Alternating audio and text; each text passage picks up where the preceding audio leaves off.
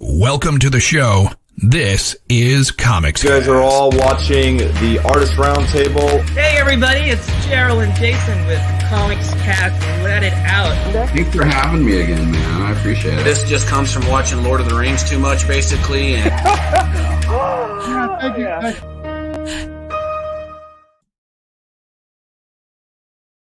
All right, Happy New Year. We're here on Comics Cast. Hey, Rick's back with me. First, he actually told me today, you told me that this was our first broadcast together, so that's pretty exciting. I didn't even know that. I feel kind of bad. It's weird it's our first one, but you know, Jowl has been hugging me all for himself because I'm me, and who doesn't want to be with me? So Exactly. Well, I mean, this is a New Year's broadcast kind of thrown together a little bit the last minute. Happy New Year, Sebastian. We're already getting this our Happy New Year. This is our New Year sort of celebration. Kind of enjoying that. All right, we've already got our first person on. What's up, Pete? Good morning. Good morning. Good morning. Good morning. It's eight at night here. It's eight evening here. It's 2 p.m. here too, but everything is morning for me. No, exactly. Like we're already all over the world. We're crushing the internet from all sides, so that's awesome. That's what I like to see. Same as you, Joe Himes, which is Happy New Year's as well. Happy New Year's. Yeah. To you. Happy New Year, everybody. And this is a stream for everybody. Anybody who wants to get on and chat about what they're doing and what they're up to. Hey, And Justin, Happy New Year. Get your ass in here, Justin. You know what? I put my phone to the side. I need to make sure that. All right. So our link is in the chat. You guys can jump on whenever you want. Be on as long as you want. Correct-handed comics doesn't even need a name. He said, "I am my product." Oh, did you mute us? All right, cool. Welcome, man. Welcome to the show. Good to see you. There should be a link to how to get on in the description on Facebook. Right? That's how I found it. I'm gonna try to link it to the top here. I'm gonna remove myself from the stream so you guys don't have to look at my butt while I go pick up my phone because I'm an amateur. Well, we already knew he was an amateur, right? Fair. So Pete, I've seen before. Yes, sir. Correct-handed comics. I don't think I've had the pleasure. Yeah, Rick, we did a Let It Out a couple of weeks ago. Remember, I drew Punisher left-handed with you. Shoot. Yeah, correct-handed comics. I'm forgettable. I understand. I'm pretty forgettable. Hi, Pete. How are you? Good to see you. How are you? Good to meet you. Yes, good to see you again. Meet whatever. That's all right. I streamed through New Year's last night on Twitch. I did a full, since we're all stuck. I did a 4-hour stream on Twitch for New Year's. Timothy. Welcome. And yeah, Happy New Year to everybody. Happy New Year's, everyone. Now I feel like crap because correct-handed comics, of course. I remember all the jokes I had with you about it. Yep. All those demon left-handers jokes. Yeah. So Pete has just been off with 4-hour stream. You said? Yeah, I did a 4-hour stream last night. It was funny too. I had some connectivity issues in the beginning, but we finally got it. And I streamed through midnight. So we rang into New Year's. I was drawing and doing stuff with everyone that was on, all my subscribers and stuff. It's not that it's that many. It was actually a goal of during the quarantine here in New York to build my Twitch stream, and I finally made it to affiliate and stuff. So now the work continues. Nice. Aurelius Delgado asks if did you finish Ursula? I did. Well, yes and no. Ursula is finished. However, I need to do the background, and that's later. I'm going to let her. I got her in the bag, so because I didn't want to get anything on it. I did a lot of detailed stuff in her because I didn't want to just do her Disney style. Because Disney style is I call it my Eleanor. If anybody's seen Gone in 60 Seconds, it's the car I can't steal. It's Disney characters always give me a really, really hard time, and from time to time I'll get commissioned to, my daughter really loves Frozen. I'm like, I'm going to get you in contact with somebody else because I can't draw Elsa to save my life. I've stopped doing Frozen as well. I can't do it. I had this thing that every time one of my friends' kids had a birthday, I would do a free drawing for them, and every little girl wants to do Elsa, and Yeah. and Yep. then it just ended up with, you know what? I don't even like kids that much, so I can't stand her. I stopped liking kids because they liked Elsa so much. I just stopped liking Elsa. That Hey, helped. Hey Tim, I think this is coming through yours. You may be doing a playback on a computer or something like that, but yeah, I think there's an audio loop on your end. Yeah, there's an An audio loop? Yeah. Okay. So everyone meet David Whalen. He is Correct-Handed Comics, just so everyone knows his name, so we're not doing Correct-Handed Comics the whole day. Because I was about to start doing that. But yeah, I mean, we run around on Facebook. Everyone puts out, but Happy New Year's and what are you going to do in the new year? I think Tim put out a pretty interesting perspective. If you don't know, Tim's got he's got his own projects that he's been pushing for years and working with the community and everything. And it's been an uphill battle for sure. And I thought it was really interesting what you said about how, you're not going to end up being Jim Lee. You're not going to be, some of these top guys, but you are who you are, which I think is important that we all sort of embrace who we are and what we do, and whatever level of success that we have. It's really, again, it's about that journey that we're on, not about the destination. So I think that's important. That's absolutely correct. I think it's just really important that if you're going to get out there and you're going to try to get into the indie industry, don't try to be somebody that you're not. Do what you can do. Show the best that you can. Always put your best foot forward. And it doesn't matter. Don't let anything stop you, hold you back. A lot of us deal with all kinds of things we don't talk about, like depression, anxiety.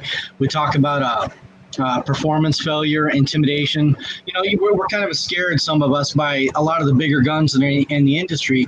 And how do we compare to that? What can we do? And my perspective is it's really simple. You don't quit. You don't give in. You keep going no matter what. You make time. You find time. You keep working on it, because eventually you're going to get there. And it doesn't matter who you are. It doesn't matter what your art style is, how good you are, how bad you are. The truth is you're going to develop a fan base. I shocked the hell out of myself just the other day. I was looking it up and I realized I've got like 1,000+ people that actually kind of follow me. And I was like, holy crap, that's like a lot of people. And they kind of that's more than Joe. Yeah. Yeah. So you should take a good look at Joe there. He's got a lot of followers himself. But yeah, just the biggest thing is you can get told no, you can be rejected over and over again. That's why I like indie comics, because I think it's probably one of the best venues that we can utilize to try to get our own stories out there and to show people what each of us is capable of doing. Exactly. Amen. And we're all sort of in our own space, which is pretty cool. I mean, Pete, you're a freaking Comic-Con superstar. You're all over the place. That's why this period of time has been really weird, and I'm really grateful for the online thing, because I was doing up until C2E2 in 2020, I was on track again for another 40 shows a year, which is well. Look, as a freelance indie artist, and I'll take it even a step further. I'm more a commission artist at that point, where I was doing my own books for a while a couple years ago, and now I'm starting to do some pinups and covers for some Kickstarters, which I'll talk about later. But I was just in there grinding for folks and just getting out there. But having what was really cool was, and why I really miss it right now, having other established artists, known guys who've done okay, perfect example. I get a message the other day and I can actually say Keith Williams is a friend of mine. Really? Keith Williams is a friend of mine? Really? Ask him, we weren't talking about art.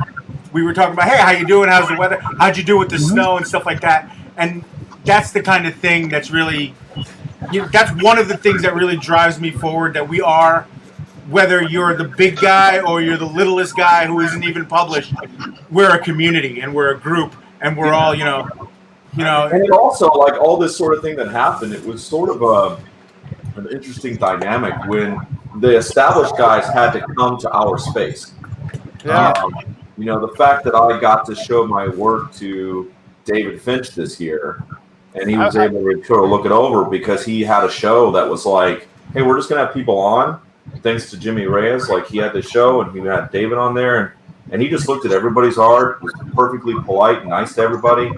And you don't get that stuff unless you pay top dollar to be able to talk to these guys one-on-one for like, you know, at this con. So I had a talk with David Finch like just before I think it was stream, because he had just joined How to Draw Comics with some of his courses, and I started talking to him.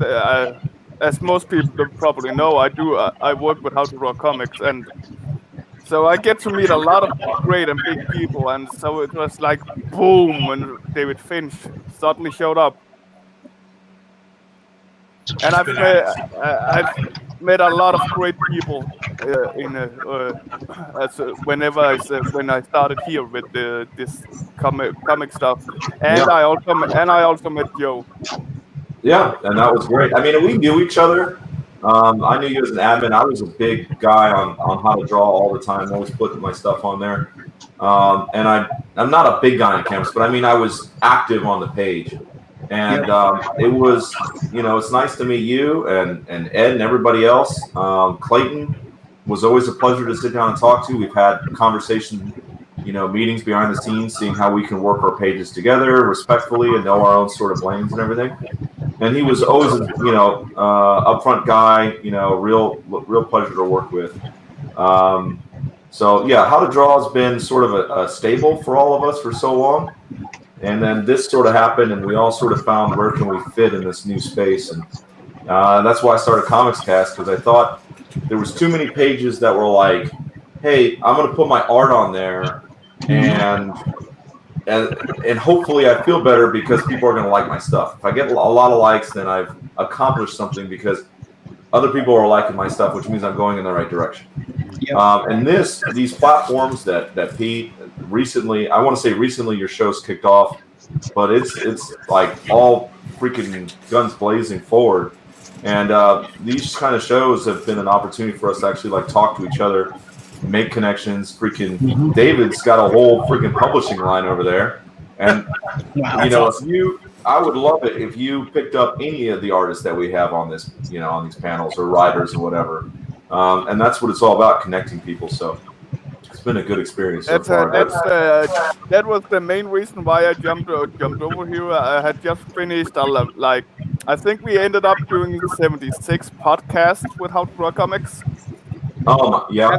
And I just ended all that, and Jowl just came jumping into my PMs, and he wouldn't let me go until I said yes, I'm joining. All right, so I'll tell a funny story about how Rick and I really started talking to each other, because Rick busted up Gerald on a review on one of his pieces of art, and I was like, I'm a hard critic when it comes. I was like, oh hell no. Yeah, I was. Beat this guy up.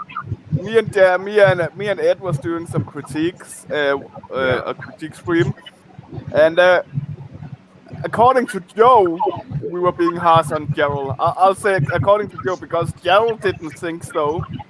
No one else thought we were harsh. I get a little defensive with my guys. So yeah, just and like... I knew Gerald already because we had worked together before with our some art challenges earlier, where I critiqued him and all that.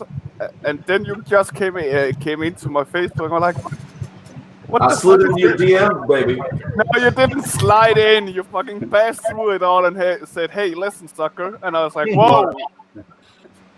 I don't think I cursed at you, but it was pretty hot. Yeah. But hey, Tim, can you put headphones on? Do you have any headphones? I think that's what's going on with your phone. I'm sorry, I tried to mute it in the background. Let's see what I got. Yeah, I think it's coming directly from your phone. It's just phones are kind of wonky like that. But it's all good, man. When Joe was done being a soldier protecting his friends, he realized that okay, maybe I'm not so bad. Yeah, no, and you've been great. How many shows have you done with Comics Cast now? And this is out of the goodness of his heart. He just came over here and wanted to work with us, and it was fantastic. No, Gerald didn't leave me no choice. He wouldn't leave me alone until I said yes. Tenacity, right? What? That's tenacity. Yeah. Tenacity. There you go. Yeah. Persistence is good. Persistence is good. And Gerald have tons of that. I got to give him that. You know, yeah, go ahead, Rick. Sorry. I give Joe a lot of crap in on our streams, but he is one of the artists I have most respect for when it comes to perseverance and grinding. Yeah. Just how much he's just how much he's jumped from this year is amazing. Grinding is my favorite word when it comes to anything, but especially what we do.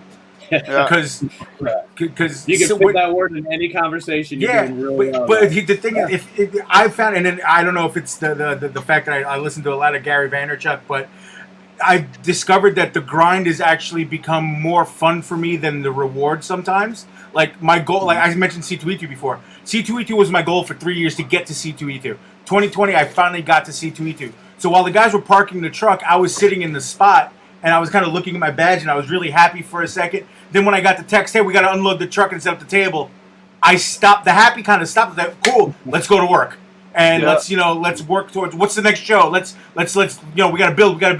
Like that drive to work, that grind is what, that tenacity, that perseverance is what's gonna help us the most. I think. Yeah. You need that. You need that if you want to succeed. That's just the end all be all. If you're gonna sit down or sit on your ass and be lazy and say, how do I get better at drawing? And sorry, this is me complaining because I get these questions all the freaking time on the Facebook group I'm adminning, and they keep, what kind of tools do you use to get good? Just a fucking pen, man. Just take whatever you can do. It's not the take tool. a brown paper bag and work on that, and work on it for like 1,000 times, and then maybe you'll be good enough to people want to watch you. Well, yeah, I mean, but you have to put the work in. You have to have the time in. But also, one of the things that people forget about is when you work with other people and you put others first to assist others. Like, let's say I really wanted to get published and to work, like, I haven't done a cover yet, right?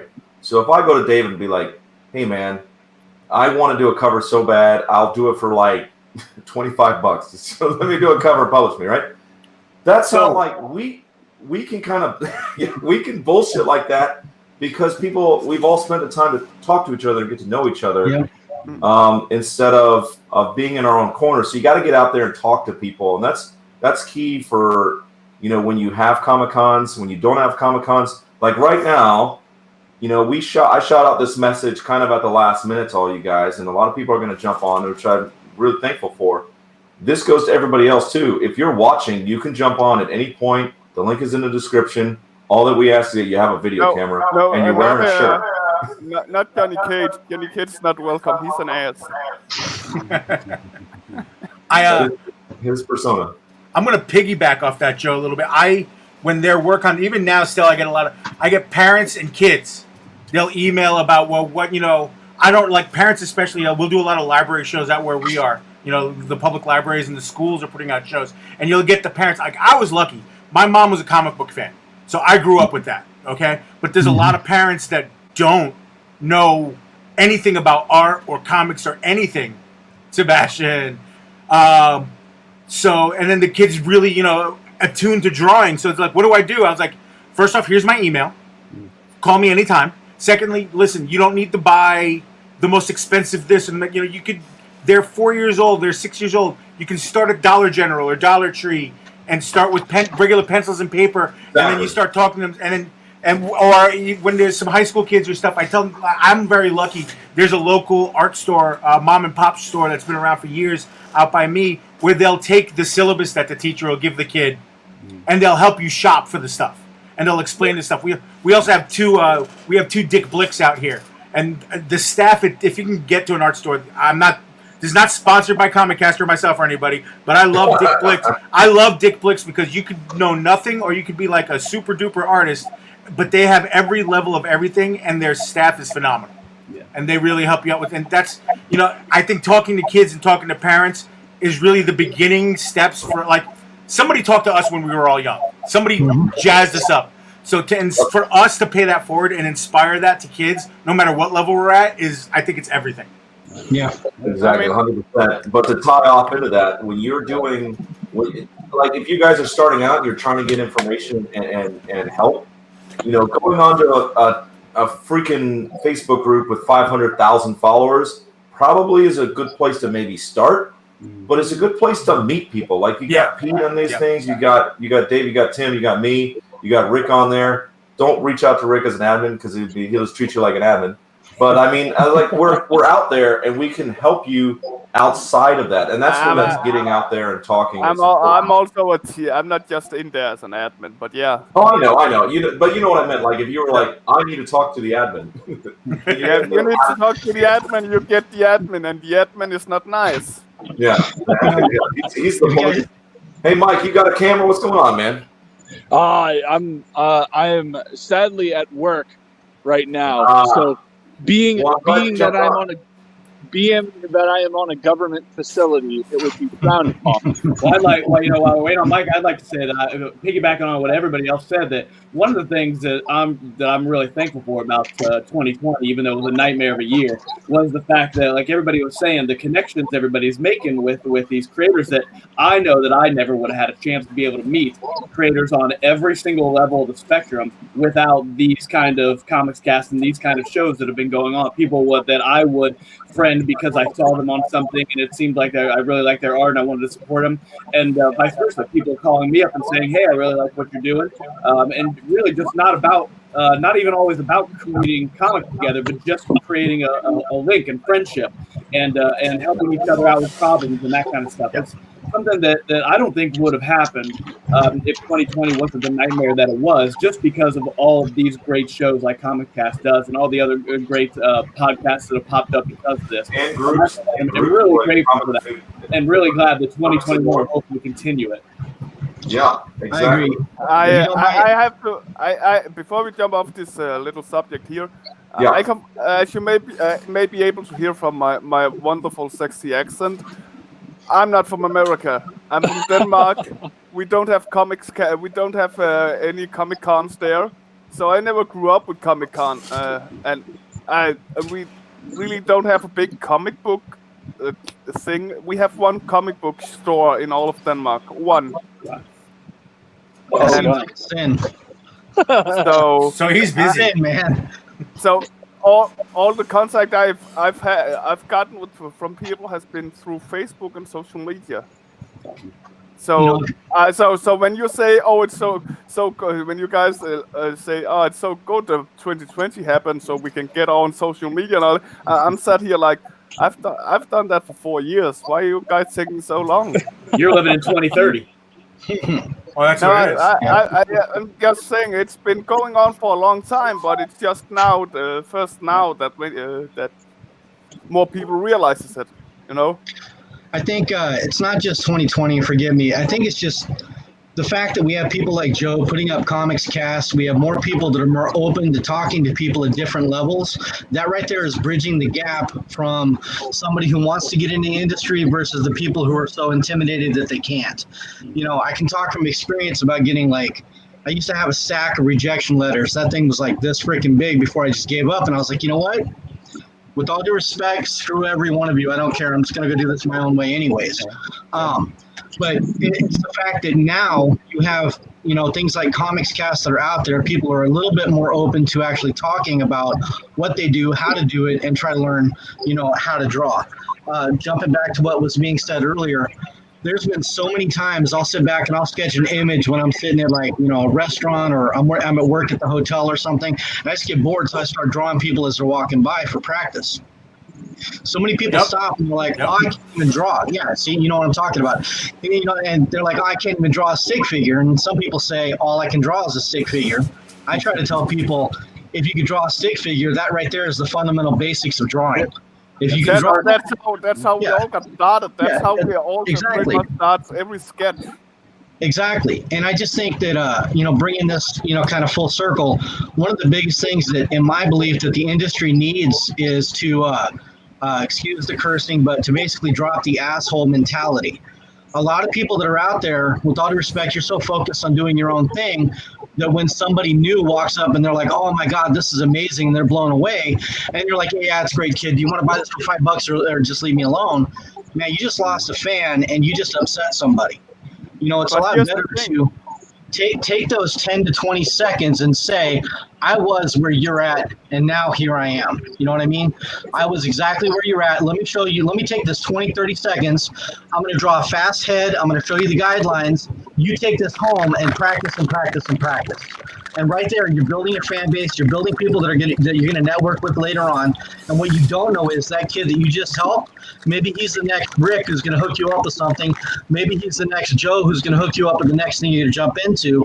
Or maybe what you don't know is this kid is the son of some multimillionaire, and he's about to dump some serious cash into your project because you took that 20 seconds to stop and just say, you know what?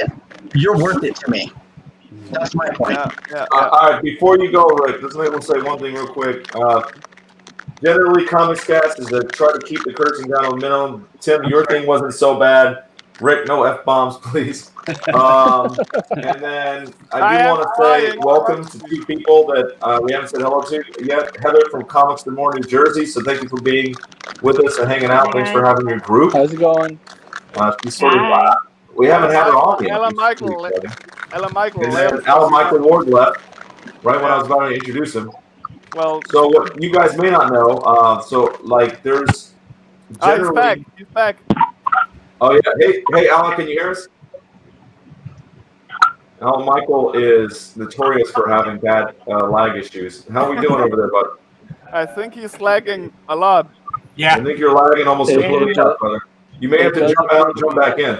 Oh, I can see that. You're doing pretty good. Okay. But Alan Michael and I, we were battle buddies, so to speak, on the Instagram pages for a long time before I ever really started pushing Facebook. But then Facebook blew up, and they're like, "Yeah, thousands of people want to follow you on Facebook." And I'm like, "Well, I guess I'll leave these 600 people on Instagram that don't want to really interact with me." So I just was like, "All right, well, I'll stay focused on now Facebook." you have 1,000 people that don't want to interact with you. But hey, it's still better. But before we go completely away from the subject that Timothy raised a bit here, with the thing of put your ego by the door. Is that what you say? Yes. Yes.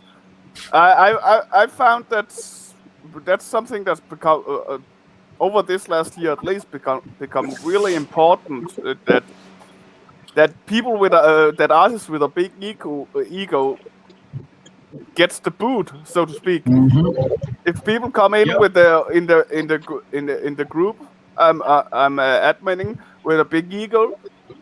Well, it takes like a week, and people don't even want to follow them anymore. Yeah. People don't have people. If artists don't have time to say thank you or take the critiques that is given to them kindly. Well, in about a week we don't hear more from them. Yep. Everybody who's on here, thanks for being on. You guys can share your links in the chat. Feel free to boast about what you guys are doing, what you've been doing. This is not a Comics Cast deal. This is a group from all over that we've sort of connected to in the last year. So feel free to just throw it down there. Plug your groups. Pat, the only thing I can see from Patrick, from Pat O'Donnell, is his white forehead. I can sort of see. Oh, you need a light source in there, brother. Pat O'Donnell is inker. You don't know. He's one of the best inkers I've ever seen, ever. Yes, full stop. he is really good. And we have. I'm used to being the one with the dark background and everything. That's. I'm going to up my game. Roy said something. He probably won't be jumping on, so I just want to read it. Comics Cast inspired me to explore beyond local leadership. I've got a great time learning and having fun watching you guys. Really excited for this year. I'm excited, so thanks for being on. He's relatively new, a fan of the page and fan of the group, so thanks for chatting, man. But yeah, you can come on whenever you want. All right, so Patrick's working on his deal. Okay, hey Heather, how's the audio over there? I haven't heard you say anything yet. So are you? I'm here. I'm here. Okay. I'm just listening. No, well, I mean, this is a free for all for anybody. So at any point, feel free to slap somebody if they're talking too long. I'll do. I'm the newbie, so I'm kind of taking everything in. Does that count when Gerald comes on as well? Yeah, so Gerald will jump on at some point. Pat, you're still dark. You're still dark. He's probably over there smoking and drinking something. That's what I think he's burning a twig right now. So talking about working with other people and how, like for each of us, how did we compromise cost and monetary gain with accomplishing a goal? So like with me, I worked with Mike Oden on his project, and I had that poster that I did this year. So we all have these great things that we did, I think, in the last year. But I'm definitely very happy with working with Mike and getting that poster out. I love telling. Yeah, I had a similar situation. Brian Menard, who just said Happy New Year in the comments there a couple minutes ago. Him and I had worked together with some small press stuff, and I came to him with an idea, and I said, "Hey, you want to write it? I'll draw." And he goes, "I don't have any money to pay." I said, "I'm not worried about that. Let's get it out. Let's get out this good story." And it turned out to be The Loved Ones, a 100-page graphic novel plus-page graphic novel that we came up with, and it's great. And it's that kind of collaboration that helps me keep moving forward as a writer and an artist and a creator. Can you shut the light again, Pat? I liked it better when it was dark. You're good. He just looks like a horror villain right now. That's all. Yeah. I think. Well, you're right. I think Waylon interrupted Odin there while he was speaking. Oh, sorry. No, you're all good, man. I was just saying, getting together with Joe for that poster was a blast. I always love telling the story of like we were looking at doing something together, and I had the idea for him to do the pinup, and I just threw a whole bunch out of him. Joe just goes, "That's a lot." Yeah. No, yeah, and I don't regret it. It was a great thing to do. It got me working at a bigger scale. I mean, I'll show this real quick just to see what. So like, this is like my new scale now. Like this is everything I do is at this scale. A3. So A2. So like, I don't want to work small anymore. Like it got me working big. I enjoy it. I can't work small. You snuck it in though. I was like, yeah, I'll do something for you, a poster, like a little pinup kind of thing. Yeah, $200 for it. And he's like, I want like 30 figures and background and Coliseum, and I'm like, this is mother. You're not putting that on a sketch card. No, you're See, not. I could never. It's why I'm glad I have in my studio. My studio's Fat Guy Inc. Me and my partner Brendan, who was just on before, he said hi to everybody. That's why we work so well together. He works for Topps. He is a sketch card artist. He can do the little stuff and the mini canvas and stuff. Meanwhile, I mean, you can't see him behind me. I have 3 foot by 3 foot canvases behind me, and I'm like, this isn't big enough. Yeah, exactly. I love seeing that big board there, Joe. I was like, oh yeah, it makes me feel like I'm at home. The stuff that small scares me. Yeah, working on the little upper deck cards was like, whoa. Yeah, that sounds like my neighborhood. So Happy New Year! I'm in Missouri, so there might be some gunfire here and there. Just quickly, David, I live in New York. Gunfire. David, I think your connection is really bad because it's just loading for us right now. Yeah, go ahead and jump out and jump back on, David. I think all the servers across the country, across the world, because of New Year's, are getting beat up right now. Oh, yeah, for sure. Hey, Pat, tell us a little about what's going on with you, man. Like, I haven't heard from you in a while. You're out there outside. I can see that there's some sort of smoke emanating off screen. I wonder what that is. That's half smoke and half steam. I'm in the garage. Steam. Ah, right. He's making coffee. He's drinking coffee. Coffee's good. Tea, actually. Well, Daryl said hi to everybody. He's not going to be able to get on. He's got some connection issues. If you want to get on and hang out with Gerald, that'll be tomorrow during the Let It Out show, and I'll be co-hosting. Pat is from England, so it's not coffee. It's tea. It's tea. Yeah. Sorry, I'm sorry.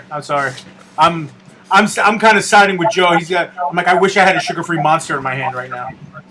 Yep. Oh, I've got Monsters. I'm gonna need to go grab one soon. I'm loving the Monsters. They're just great. So sorry now, sorry, Pat. You didn't even get to tell what you were doing. Well, I was doing that Resident Evil thing. Yeah. The storyboarding for that carried on into like late December, and so yeah, I've just been doing that. Was that your first project, the big project, sort of door opener for you?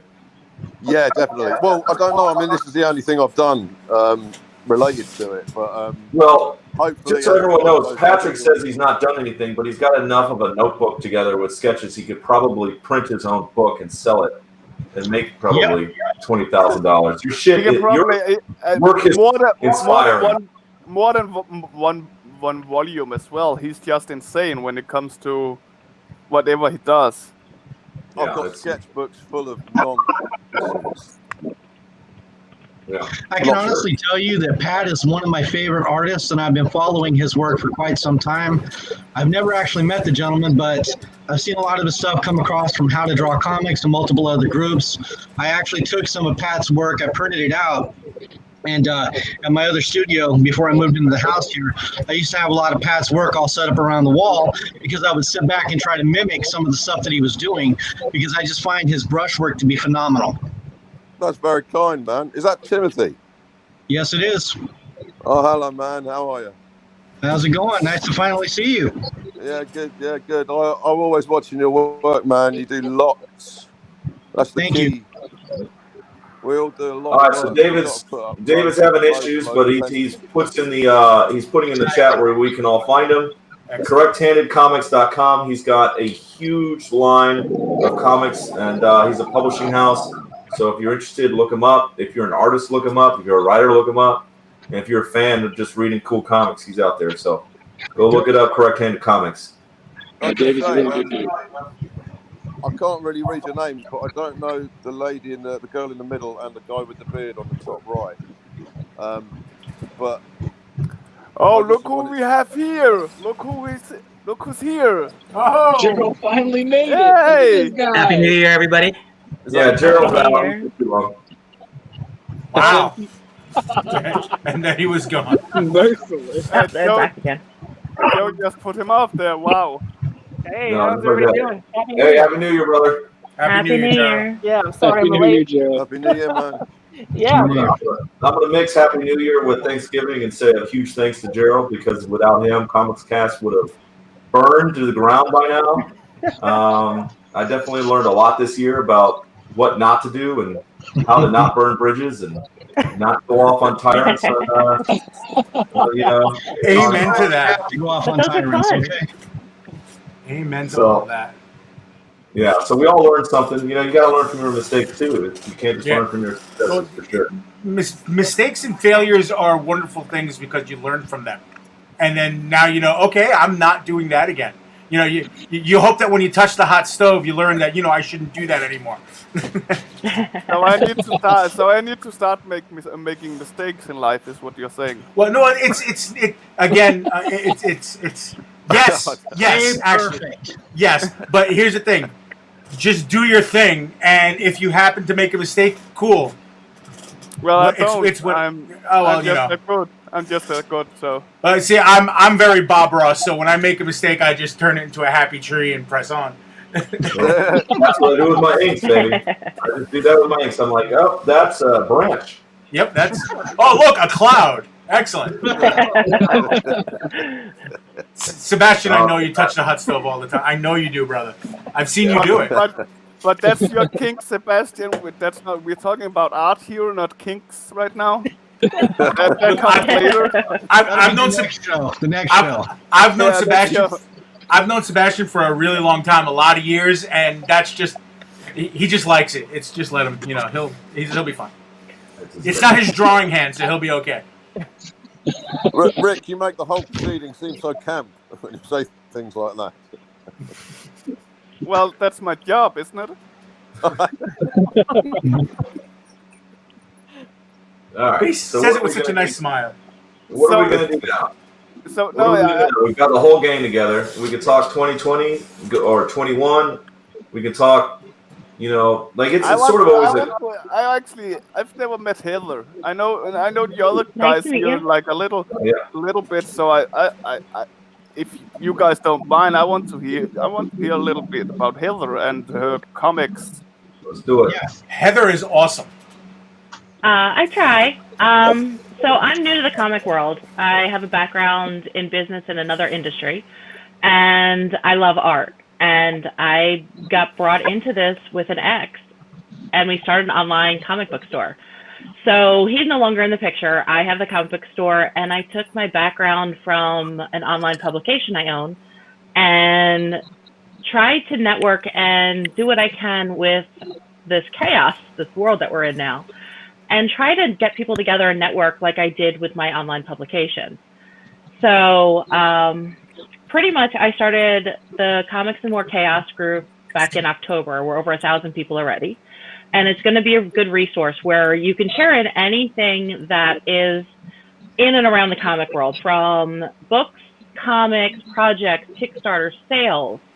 I don't care if you're a small store or selling your personal collection, sell it in there. Promote each other, promote yourself. I have threads in the announcement section for Kickstarters, social media, YouTube. And if there's anything I'm missing, yell. I'm always open to suggestions. I have one for an artist thread, a writer's thread. So always open. Joe, stop. There he is. No. Bouncing around. No, he You kicked him off the stream, Rick. No, I can attest to Heather's group. I will be an unsolicited advertisement for Heather's group. I mean, Facebook is a great. Wow. I don't know if I can handle this. I don't know if I can handle this responsibility. No, but seriously, Heather's group is amazing because it really does do exactly what she's saying. I'm an indie artist. No, not too many people other than my local area know who I am. So being able to get the eyes that are in Heather's group on my stuff and on the Kickstarters I'm working on with other people, because I don't have any of my own yet. I'm working on pinups and stuff for other people, and my own art in my own studio in Heather's group is fantastic. But not only that, I'm able to see other people's stuff and be like, ooh, that's cool. I want to check that out. Oh, that's happening. I want to check that out. And Heather's group is also really, because a lot of groups aren't, but Heather's group is really cool about posting your stream. Like I do live art on Twitch. A couple other guys do too. And she's so incredibly accommodating for that, where you can be like, hey, I'm drawing on Twitch. Can I post and she's like, stop asking me and post the link. We want to check it out. And then, great. Yeah, and then people jump in and check it out, and it's absolutely a look. I've been in other groups, and it's been like pulling teeth. But Heather's group is so easy and so just comfortable and so open for artists and creatives and comics people just to get in there and be themselves, and it's really cool, and it's a fun place to be. I really appreciate it. It's very active. Yeah, it is. And there's very few rules. Oh, go ahead, Heather. Sorry. It's okay. It's very active. There's very few rules, which is, I think, why it makes it easy. People are like, well, can I sell in there? Well, yes, it's selling. Sell. Post pictures from old cons, new cons. You have an event coming up, whether it is an online event or a real life one. If you're able to get away with it, do it. Post it. Share it. Post pictures of your work. Post pictures of others, because that is kind of, everybody has they have this group, but you can't sell here. You have this group, but it has these rules. And it gets confusing on what you can and can't share. My YouTube channel has 2,100 subscribers at this point.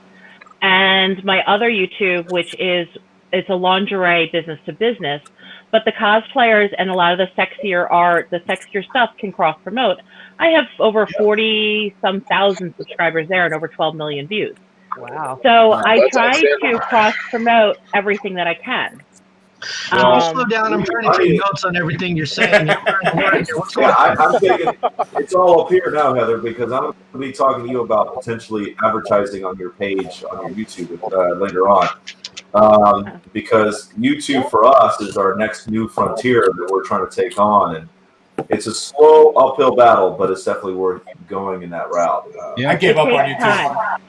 Yeah, I know. Don't give up, but it does take time. I gave up because for me, I found I had it before as a fan, but I found Twitch as an outlet because they have a spot for artists, and Twitch is real. And from a lot of the stuff that I do, Twitch has become my demographic is more of my demographic is on Twitch. You do like a longer production shows and stuff, right? I go for a couple hours, and I do a lot. I do a lot of game style. Like my style has a lot of game. I either go photorealistic or a lot of game anime style, and I find that that's more on Twitch than YouTube. Yeah. But YouTube really is. You're absolutely right. It's a long. It's not a quick fight. It's not an MMA fight. It's a 18-round slugfest to get in there.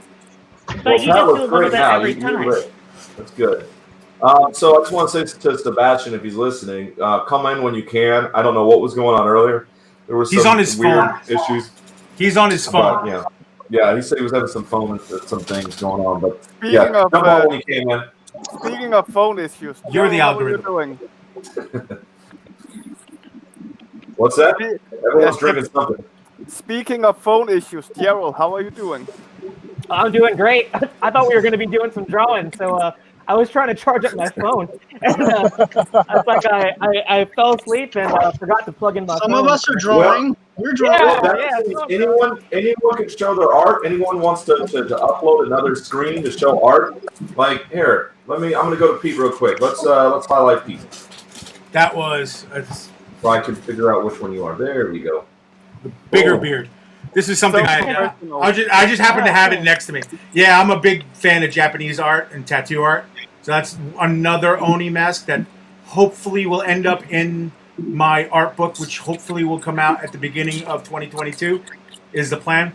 And this is in ink and acrylic. Nice. Yeah, it looks great. Tim, you're up, baby. Hey, sorry. So what I'm working on right now, you said no cussing, so I'm going to try to hide the boobs. Forgive me. Fair. There you go. So you got the hand up the boobs. Send them to me later. Right. So this is page 4 for Sovereign the Eclipse Stone. I'm just working out the pencils and inks on it. And very cool. Just really briefly about Sovereign. Joe's one of the people that really kind of inspired me to keep it going. For a little while, I wanted to quit, but I'm not going to. Super short version. We've been going since late 1997, and there are artists from all over the world that have been contributing to this, doing like guest appearances, basically coming in and working on one aspect or another of the comic. So what I'm doing right now is I'm really trying to just focus on getting the pencils and inks done for as many pages as I possibly can to try to get us more caught up and actually ready to really start putting it out there so we can make the move from GoFundMe over to Indiegogo. And that's what I'm working on. Well, and that's a lot of us go through that. Like it's funny that everybody's ready to quit right before you get over the hill. Yep.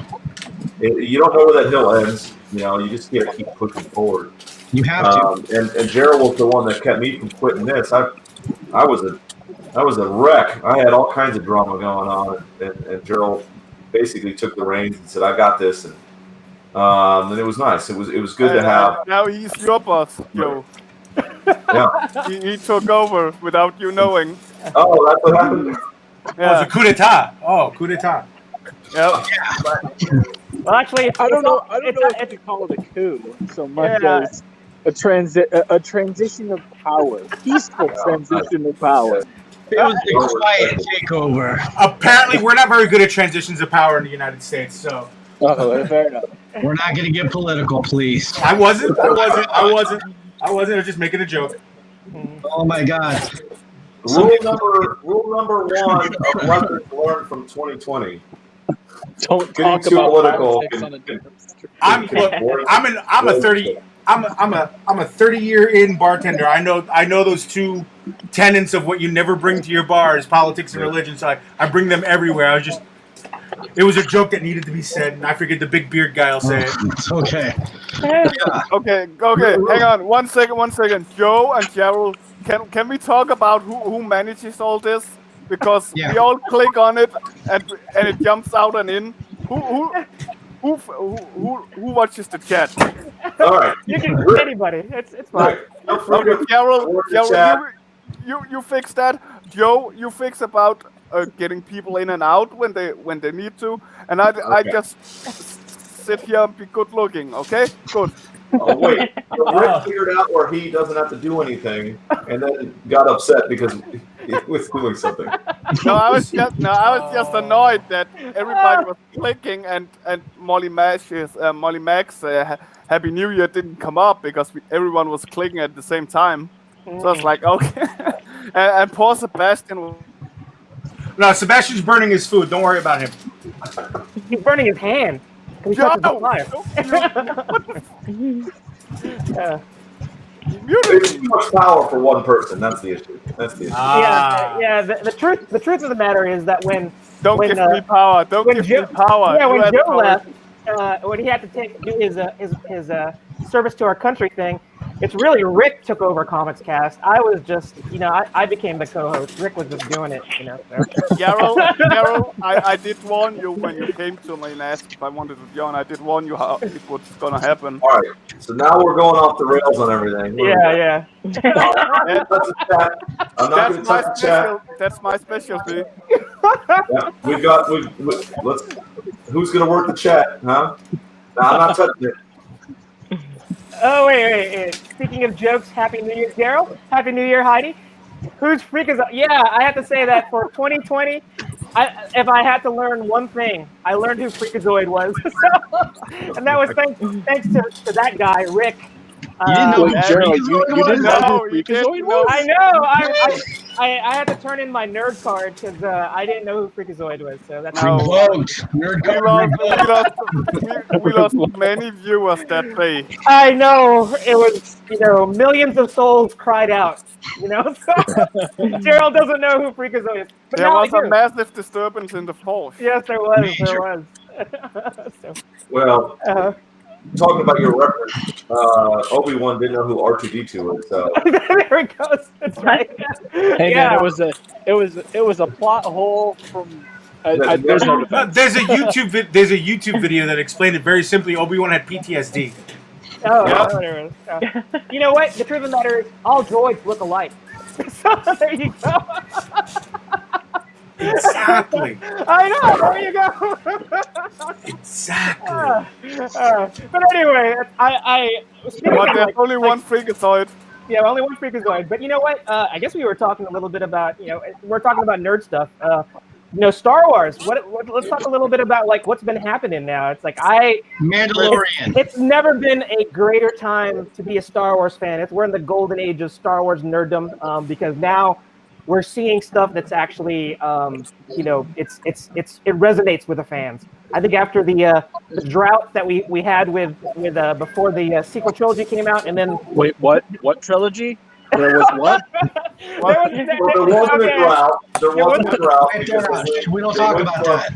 They went from the prequels, and they had Clone Wars for 10 years. Yes. There was not a drought. They had expanded universe stuff, which was awesome.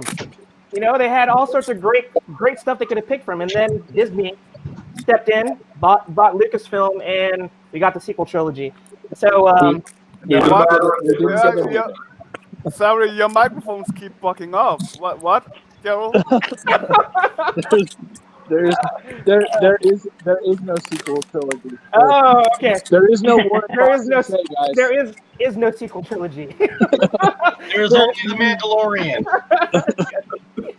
Yeah, I'm interested to see what Filoni and Favreau, and I heard Lucas was back in the mix. I can't wait to see what they do with it. So, well, here's the thing that now I'm gonna date myself a little bit. I was 4 years old, sitting in a movie theater in 1977 with my parents watching the first Star Wars. Okay, so I've seen them all in the theater. So I do accept the sequel trilogy, whatever. But I'm gonna move away from it there. That's all I'm gonna say about it.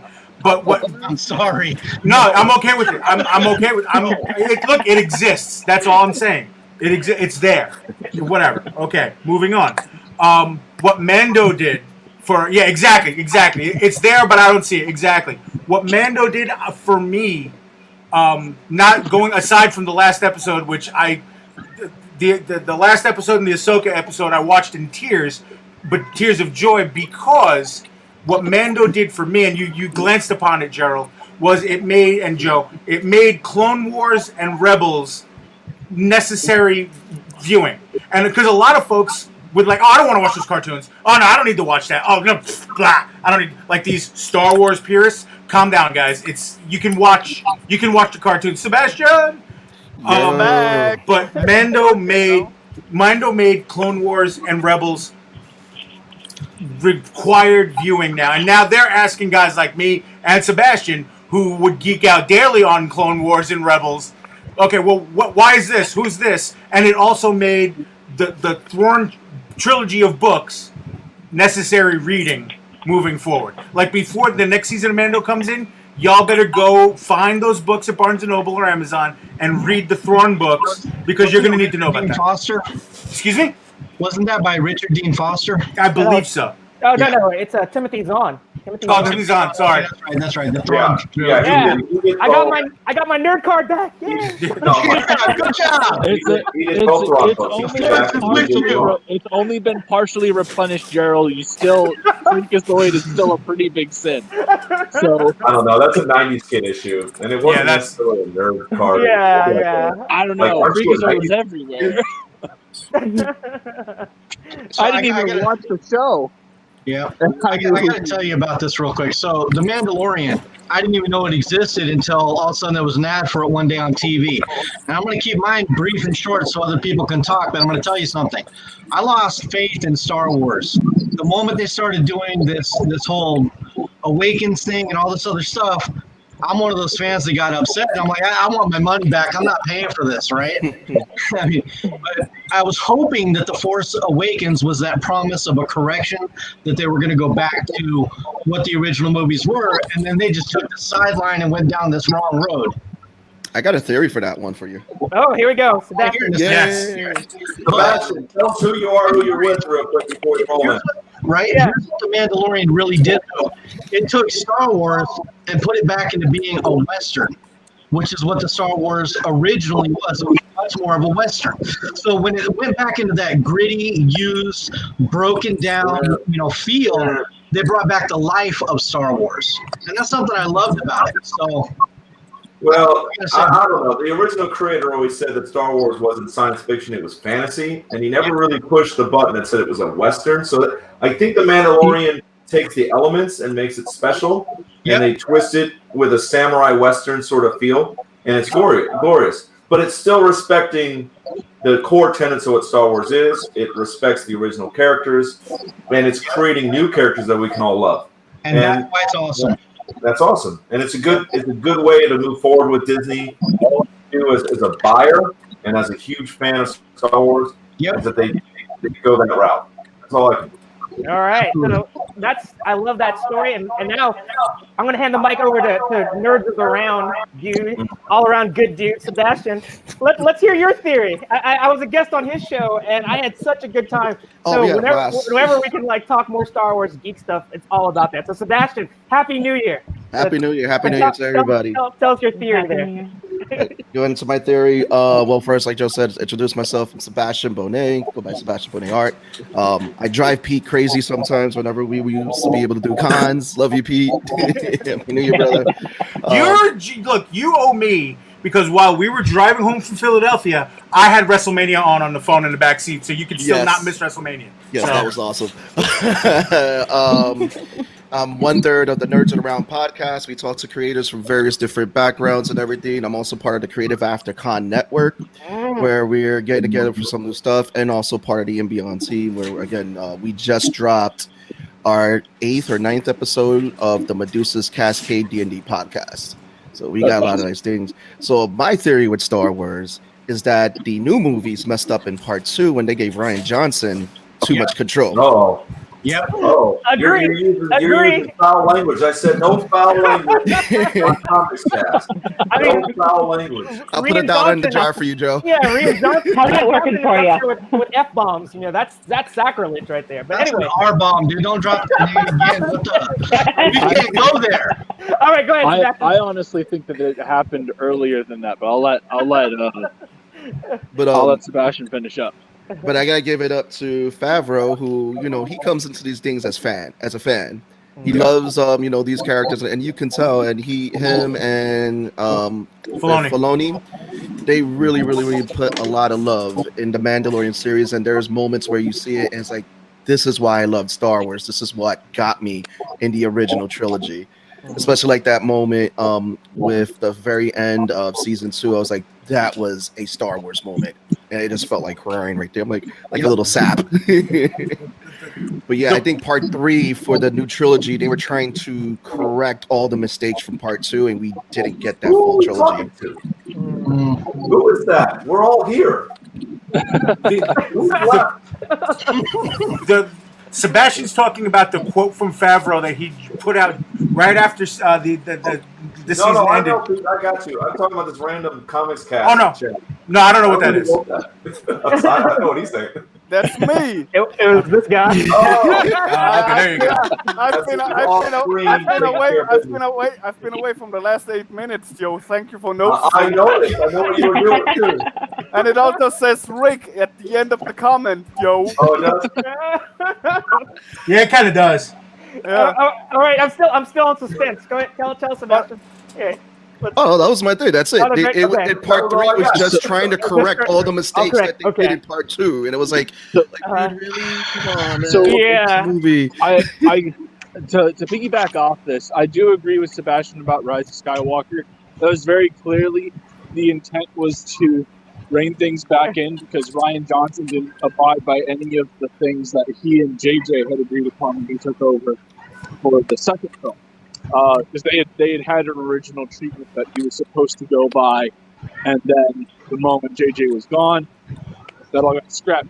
But I do think that the problem started before then. And the biggest piece of evidence for this is something I had to realize, and I think I've talked to Gerald about this, where if you go back and you look at the promotion of The Force Awakens, and you see the interviews in particular with John Boyega, the call that John Boyega got to let him know that he was in Star Wars, J.J. Abrams said, "How would you feel about being the next Luke Skywalker?" Okay? So I think that the big problem with the sequel trilogy was that it wasn't even honest with itself. It had major studio interference from the first movie, because if you go and you watch that film, it is very clear for the first 2 acts of that film that the protagonist of the movie is not supposed to be Rey. He was just kind of thrown in there to appease Kennedy and the Disney execs that were making those calls. But I'm I'd be willing to put money that JJ's original script for that film would have been the transition of John Boyega's Finn having this awakening in the Force that allowed him to come to terms and realize the bad things that he was doing as a stormtrooper. And then going through an arc of redemption and becoming a beacon of the resistance, and by the end of the film, seeking out Luke Skywalker. And I genuinely believe that was what the original intent was, because you see Boyega's face in those early interviews, and there was a lot of hope and excitement going forward for it. And then you look at his interviews during the film that shall not be named and Rise of Skywalker, and his demeanor, he can't even hide the fact that he's pissed. Yeah. I like that. I like that a lot. I like that. That's more than plausible.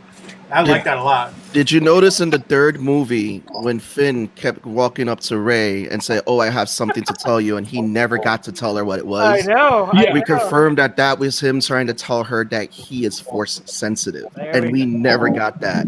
I think a lot of the characters that they brought to bear in those movies, the characters in and of themselves were in fact strong characters. They were just completely misused. Look at 100%.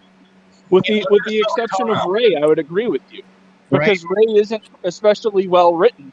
She was a character that was never supposed to exist, or if she did exist, her role was far less than what it turned out to be, because she has no fleshed out anything, and they just kind of threw things out the wall as it came throughout that film. Yeah.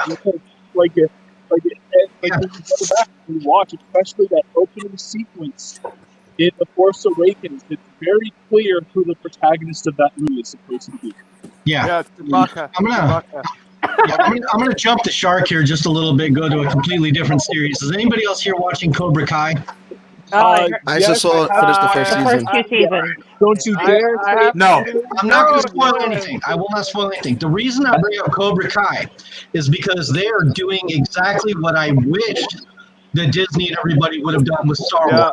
Yeah, 100%, man, 100%. Cobra Kai is a continuation of the Karate Kid in the truest sense. The characters are true to form. The characters are true to who their characters were, but they're older. They've had their experiences. They've moved on. In Star Wars, they took all the past and tried to say, they threw that away with Luke's lightsaber, and that was just like a big fat middle finger to all of the fan base that absolutely loves Star Wars from the get. We're talking about one of the biggest, possibly the largest franchise in the entire world, and they spit all over it. And a lot of people got really upset about that. If you look at Cobra Kai, and I hate Harry Potter, but I'm going to jump into Harry Potter a little bit too. If they would have taken the formula that both Cobra Kai and Harry Potter did, Star Wars would never have had all of this divisiveness. They never would have. Harry Potter, love it, hate it, whatever you want. One thing that I can never argue about is they introduce you to these characters while you were young, and then you have the opportunity to grow up with those characters. With Cobra Kai, they skipped that, but they still reintroduced those characters and told you these are still the same characters that you loved and hated from before. And the twist was the bad guy is the protagonist. Yeah. So they did things that Star Wars should have done. That's Corporate America. But Timothy, the difference here with Harry Potter, why I don't think that's usable in that sense, is that it had the same writer all along from start to finish, right? So it was easier for them. Star Wars have had like what, seven different writers by now. Okay, real quick, forgive me for a point of argument, but I'm going to tell you right now, and I know that we have some writers that are here right now. All you have to do is read the source material, read about the characters, watch the movies. You don't have to watch everything. You don't even have to read everything. You just need to pay attention to what those characters do.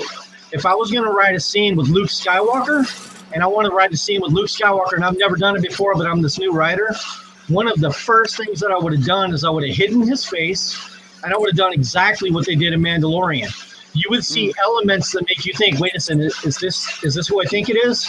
And at the end, he would have said something that actually made sense. The one thing I would have done different is I'd use a different actor, but whatever.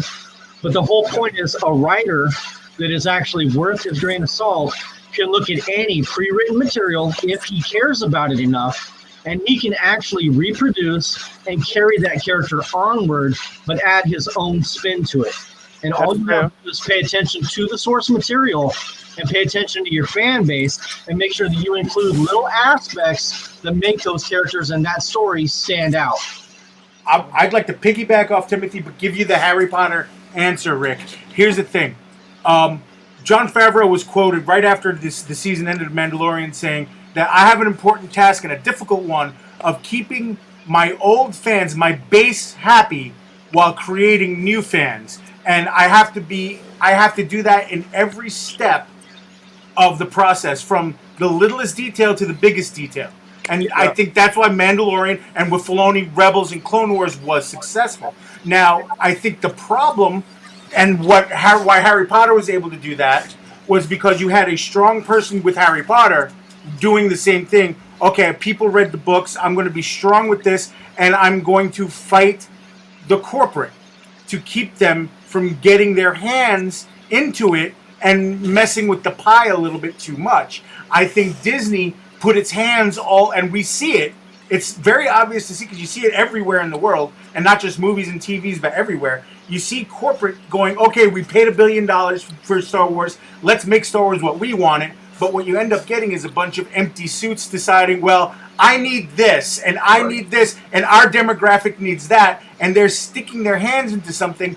And unfortunately, and I'm going to say them, sorry, nobody wants to believe in them, but whatever, the sequel trilogy had a lot of the wrong people's hands involved in it, and none of the writers and none of the creators were able to stand up and go, no, this is Star Wars.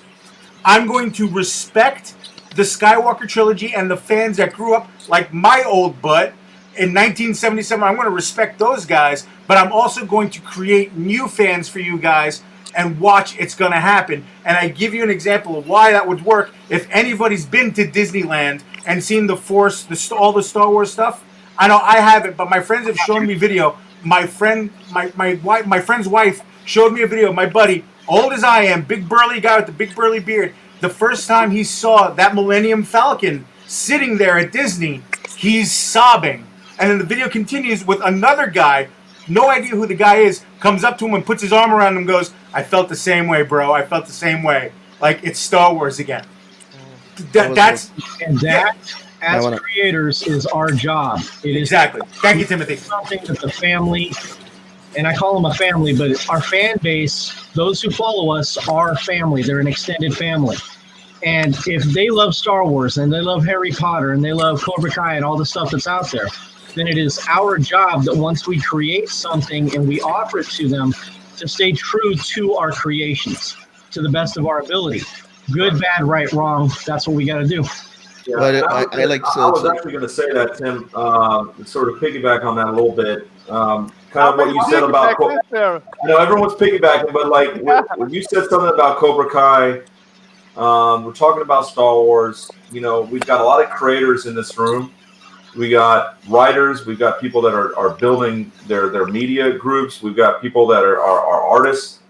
That's what's really awesome about the indie community is that we may not like this thing, but we've seen, like, as a bigger corporate content like Disney and all this sort of stuff, you can either yell to the sky or do something, or you can create content and add to it. And you saw with Cobra Kai, for instance, that was a YouTube production. That was a small production that blew up because somebody said, okay, nobody else is picking up this IP, and we're going to build on that.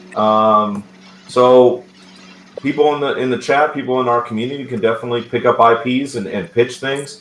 We can do our own IPs and add to the community. So, let Disney F themselves a little bit on that one.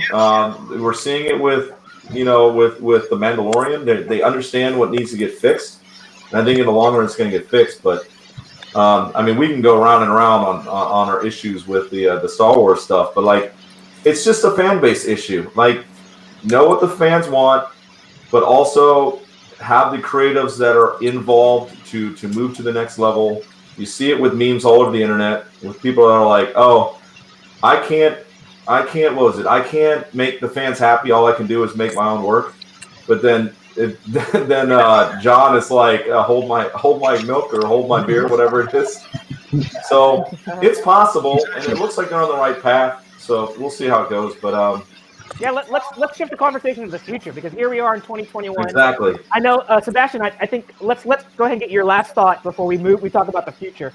So go ahead. No, we could go past. I mean, I'm not going to talk about he who will not be named because he really don't bring he up really the bad pooped the R bed. No. Voldemort? No. Yeah, Lord Voldemort.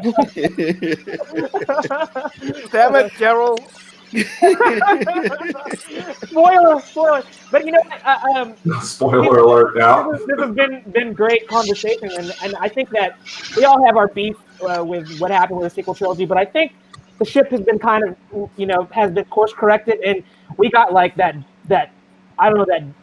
flood of all new Star Wars stuff there. So I think that 2021 going into the future, I think maybe Disney's eyes have been opened, and it was shown on their bottom line. I think Pete was talking about how You corporate still America. going to move forward, and you went back to Disney again. What Well, are you doing? I was going to talk about the future of it. I'm just saying that the future is bright. You know, I think that Two sons. we got to look about the positive things now. So I'm going to say that 2021, we went through a terrible time where we all had to stay in our homes and be creative by ourselves. But then we found outlets like this.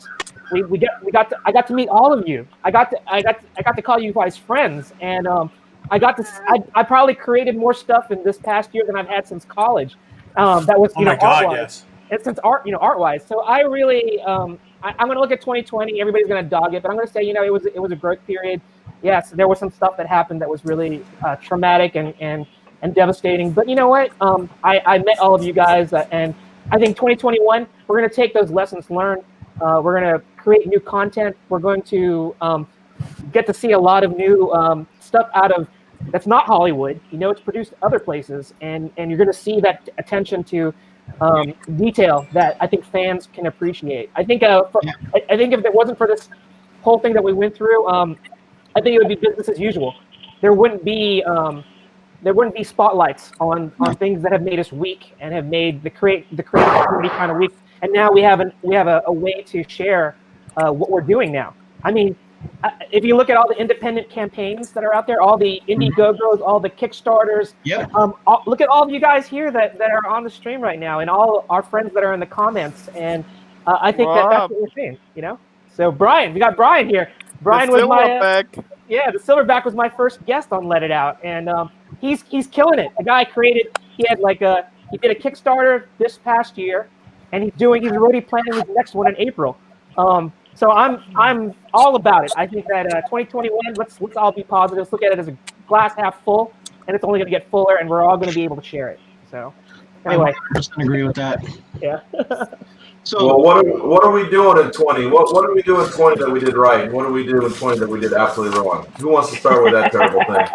I think okay, go ahead. Let's start from the bottom. We'll start with Sebastian, move to Pat, and just work our way up. That works.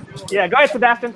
2020 started very, very, very weird for me because I started 2020 on a nice trip with helping filming a documentary for someone, and we're like, oh, we're gonna do all this great stuff in 2020. Then the pandemic happened. 2020. Then we were trying to adjust the podcast to do more over the audio on the computer, and it was great that Zoom came out because Skype sucked. Amen. I lost 2 great interviews because of Skype. Oh man. And so, but luckily the guys who we interviewed, they're good friends, and came back on. We did some great stuff, help support one of the guys' Kickstarter. Gonna give our shout out to Catch the Craze because their book came out. Those guys are awesome, Sam and George. And it was now adjusting more for a digital platform. We did Beyond Con, which the goal for Beyond Con was to not poop the bed like San Diego did. Because we were like, San Diego did not put anything out there for fans. They didn't put anything out there for creatives, and they just didn't create a spot for them. And so we just wanted to do something. We put it all together. A lot of people who got to participate. Pete was one of those guys. Thanks, Pete. And it made for a great show. And it got, without paying for any advertisements, it hit 10,000 hits for that weekend, which was really dope. That's awesome. Got to spin off a lot of projects, which we got to do the Medusa's Cascade D&D, which going into next year. It's allowed us to really place in for more different stuff that we want to do next year. So I've been researching more how people are doing their online comics, how people are taking advantage of YouTube for comics, like Merriweather, for example. They do like still images, voiceovers. We got Nerds of the Realm, off which we got to meet you guys, Joe and Gerald. And we got to do some great stuff. Gerald got to come on the show. Joe was having fun in the comments. And we want to do more with everybody next year and get more people on and just hope promote more projects like CACN, which again you guys got to meet the Creative Aftercon Network. There's a lot of plans for next year because we usually would meet at cons, And it's like, okay, how can we change this? Because, the conventions are not happening for a while. So now it's trying to build the whole online platform with the various different groups out there to create a hub of networking with different various people who have different networks and all that, and come together with new projects in 2021. I got to work. So your big mistake was using Twitch? My big mistake was Skype. That was in your the beginning. big mistake in 21 or 20. In 2020 was using. I lost 2 great interviews, and I was like, "Damn it!"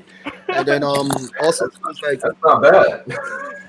No, he was inconsolable when he lost those 2 interviews. It was. I was like, no. I was like, you can't. He almost deleted Facebook. Oh my gosh! Ran for the hills. No, I mean it was also I'm learning about your mentals this year too, because there was a lot of stuff that was very challenging mentally. That stuff that you didn't know about yourself. They're like, you know what?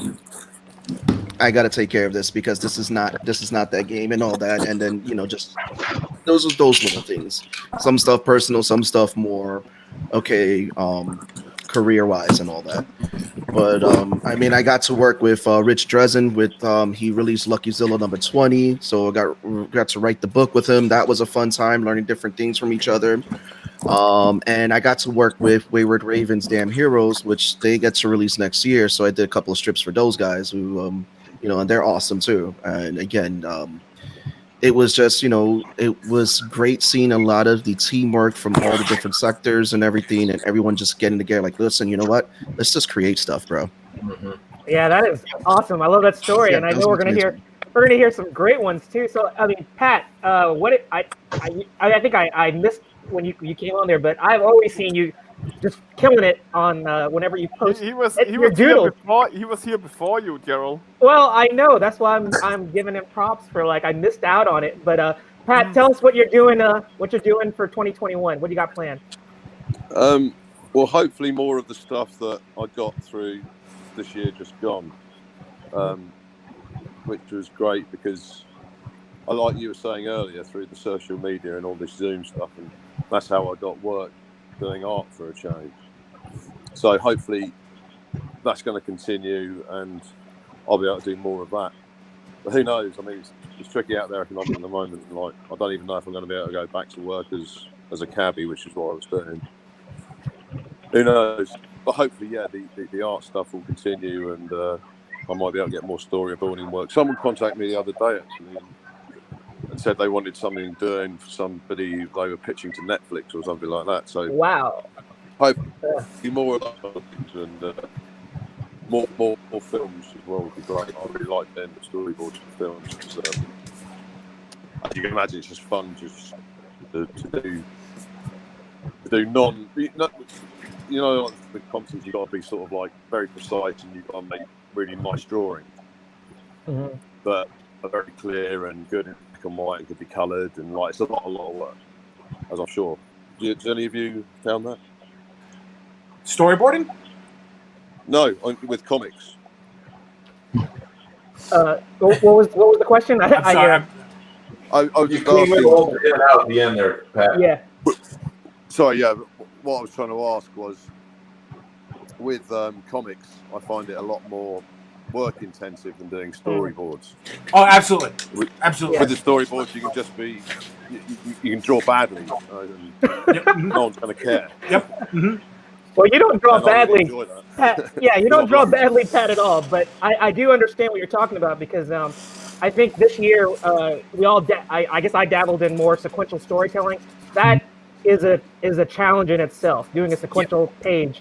But I think storyboarding has its own challenges. But when I saw your storyboards, it's like you have the mind of a director.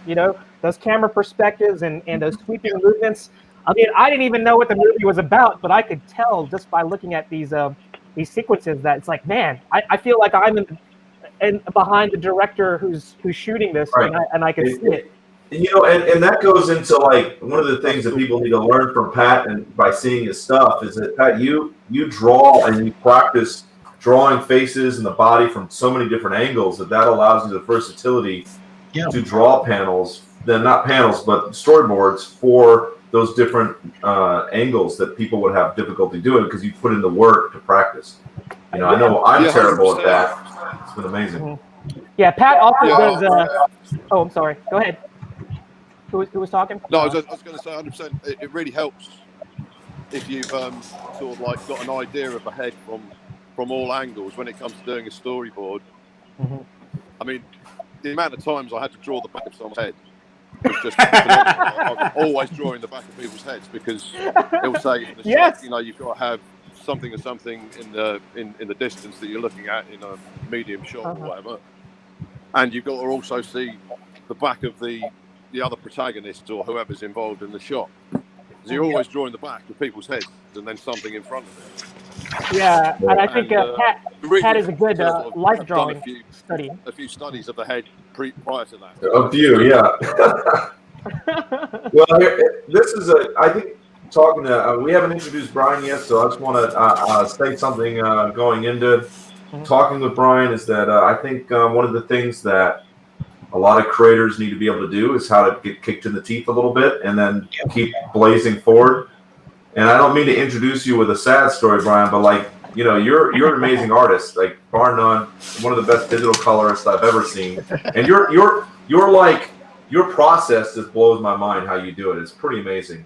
But you did get a really rough review, and you could have gone taken a nap and been like, I'm done with this, or you could have kept driving forward, and like you went like 8,000 times harder after that. Like it was pretty impressive to see you bounce back from that. It's not really a choice, you know. Like, right. I don't know. I don't want to do anything else. So if it wasn't for that dude, then I'm assuming that nobody's cussing. But you know what? The hell with it. So I don't want you to like. This isn't going to be for you. Obviously, something is wrong. Like it was very disheartening. Your very first project out of the gate, as a complete rookie novice in all aspects of what I was doing. And for this guy to take a dump on me, I was like, holy cow. Yeah, I got to make sure not to do whatever those things were. Just don't do them again. But it also, like, a lot of people that had known about the project prior to me releasing it, they like, oh, dude, it was awesome to watch you put all this together. And it was fun to see it come to fruition. And I really enjoyed what I got. So that's who that was for.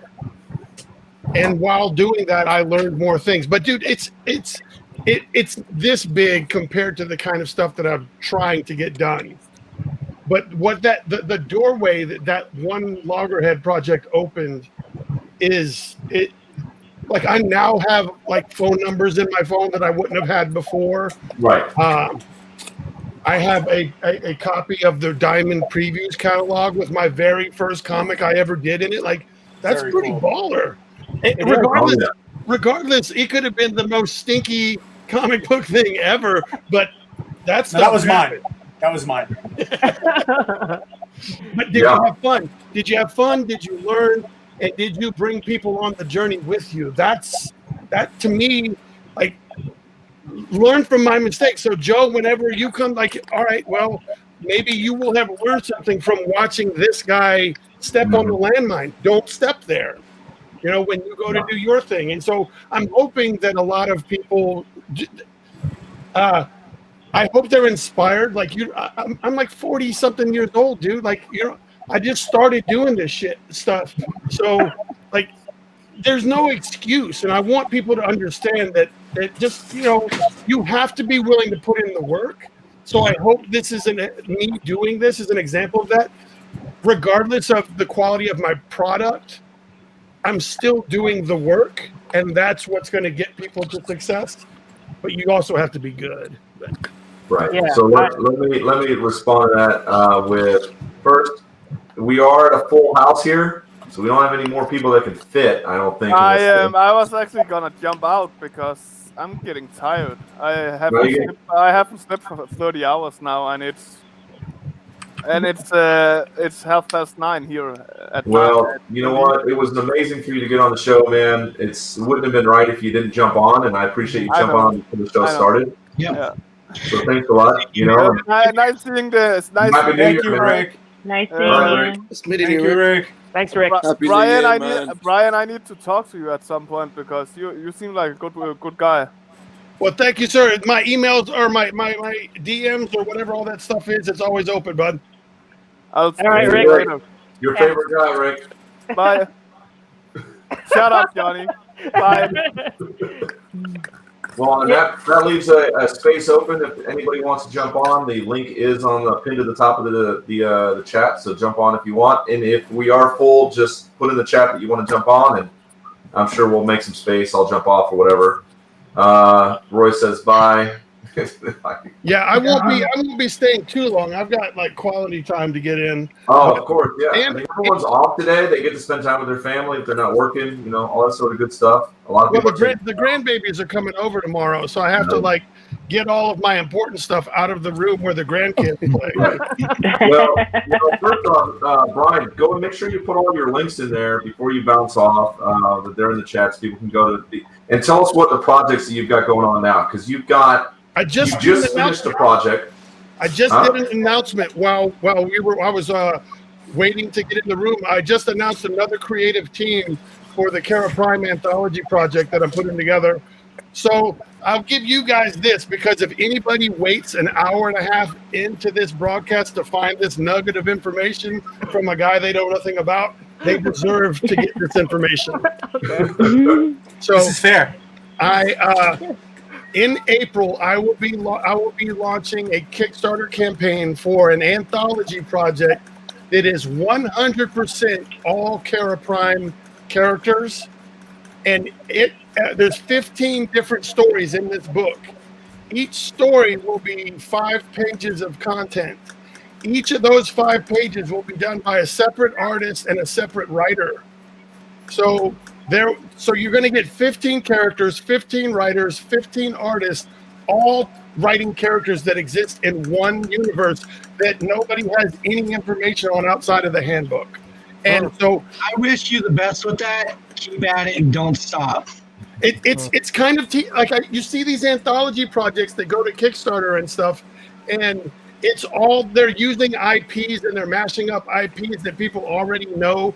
Because I was part of the Cthulhu Invades Oz. There's a whole bunch of Cthulhu fans. There's a whole bunch of Wizard of Oz fans. So regardless of the creators, people are going to buy that book.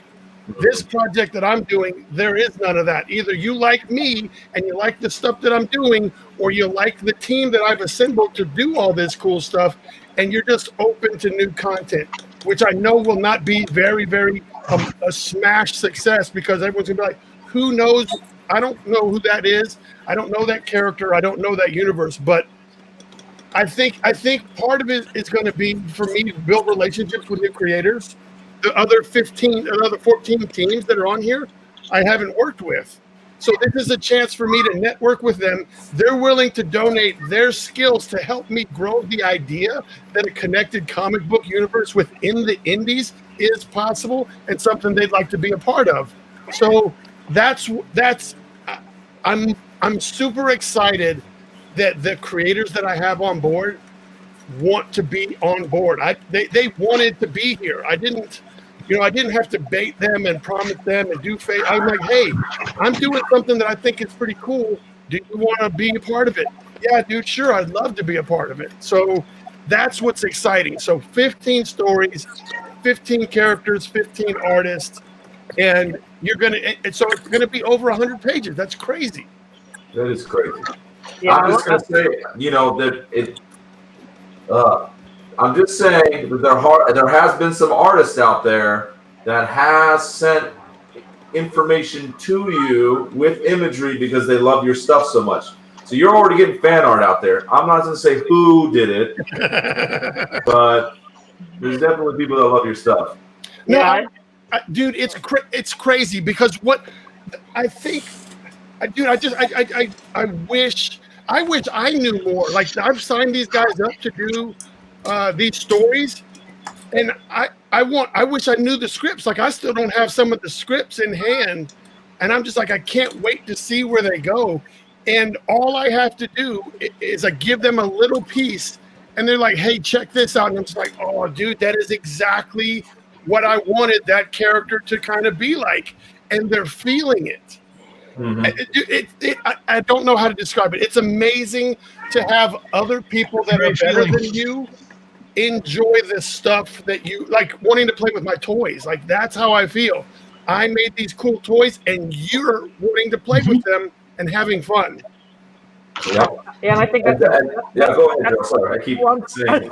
I was going to say that that is the good thing about this independent community that we're all a part of now. I think that I mean, it is the networking, it's the camaraderie, but when you get somebody that's just as excited about something that you created and wants to run with it and feels the same passion that you do and wants to put that much of them into it, I think that's it. If we were doing this for like those big box companies, you have to go through how many levels of bureaucracy, and you wouldn't even see the light of day. And I think that's what's great about the independent community.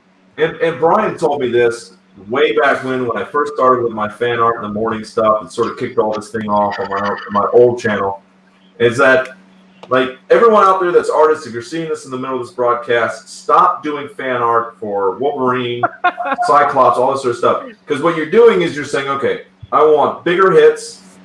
I want to get it out there because I can hashtag the name. Maybe someone will see it that likes it. But remember this too. If you're doing fan art for people like Brian, for Right Hand Comics, other ones, for Timothy's characters, then you're basically, your ability to get in with those indie creators, because they see that you actually have the talent to be able to pull off their characters, then you're actually potentially working on published books for indie. Stop looking for those likes and stop looking for that little extra views and start getting the freaking work done. I've had to adjust. It's a balance. It's a balance. You do have to have the fan art to get a lot of the eyeballs, but you should sprinkle in the indie stuff so that you get the eyeballs with the fan art, and then be sure to start drawing the goon, or, you know, that's a higher level, but start drawing Metal Shark Bro or whatever some of these characters are, and then draw a Deadpool, and then go back to the little ones, and then draw your Batman. So that's how you're going to do it. Don't forget to draw a Stormcrow. I tell people all the time, Pikachu pays for my table so that I can draw all the indie and original stuff. Yeah, exactly. Pikachu pays for me to have a table. My table's paid. Cool. I can draw original stuff all day long, and that's just how I feel. And Sebastian will tell you, I've been saying that for what, 7 years now?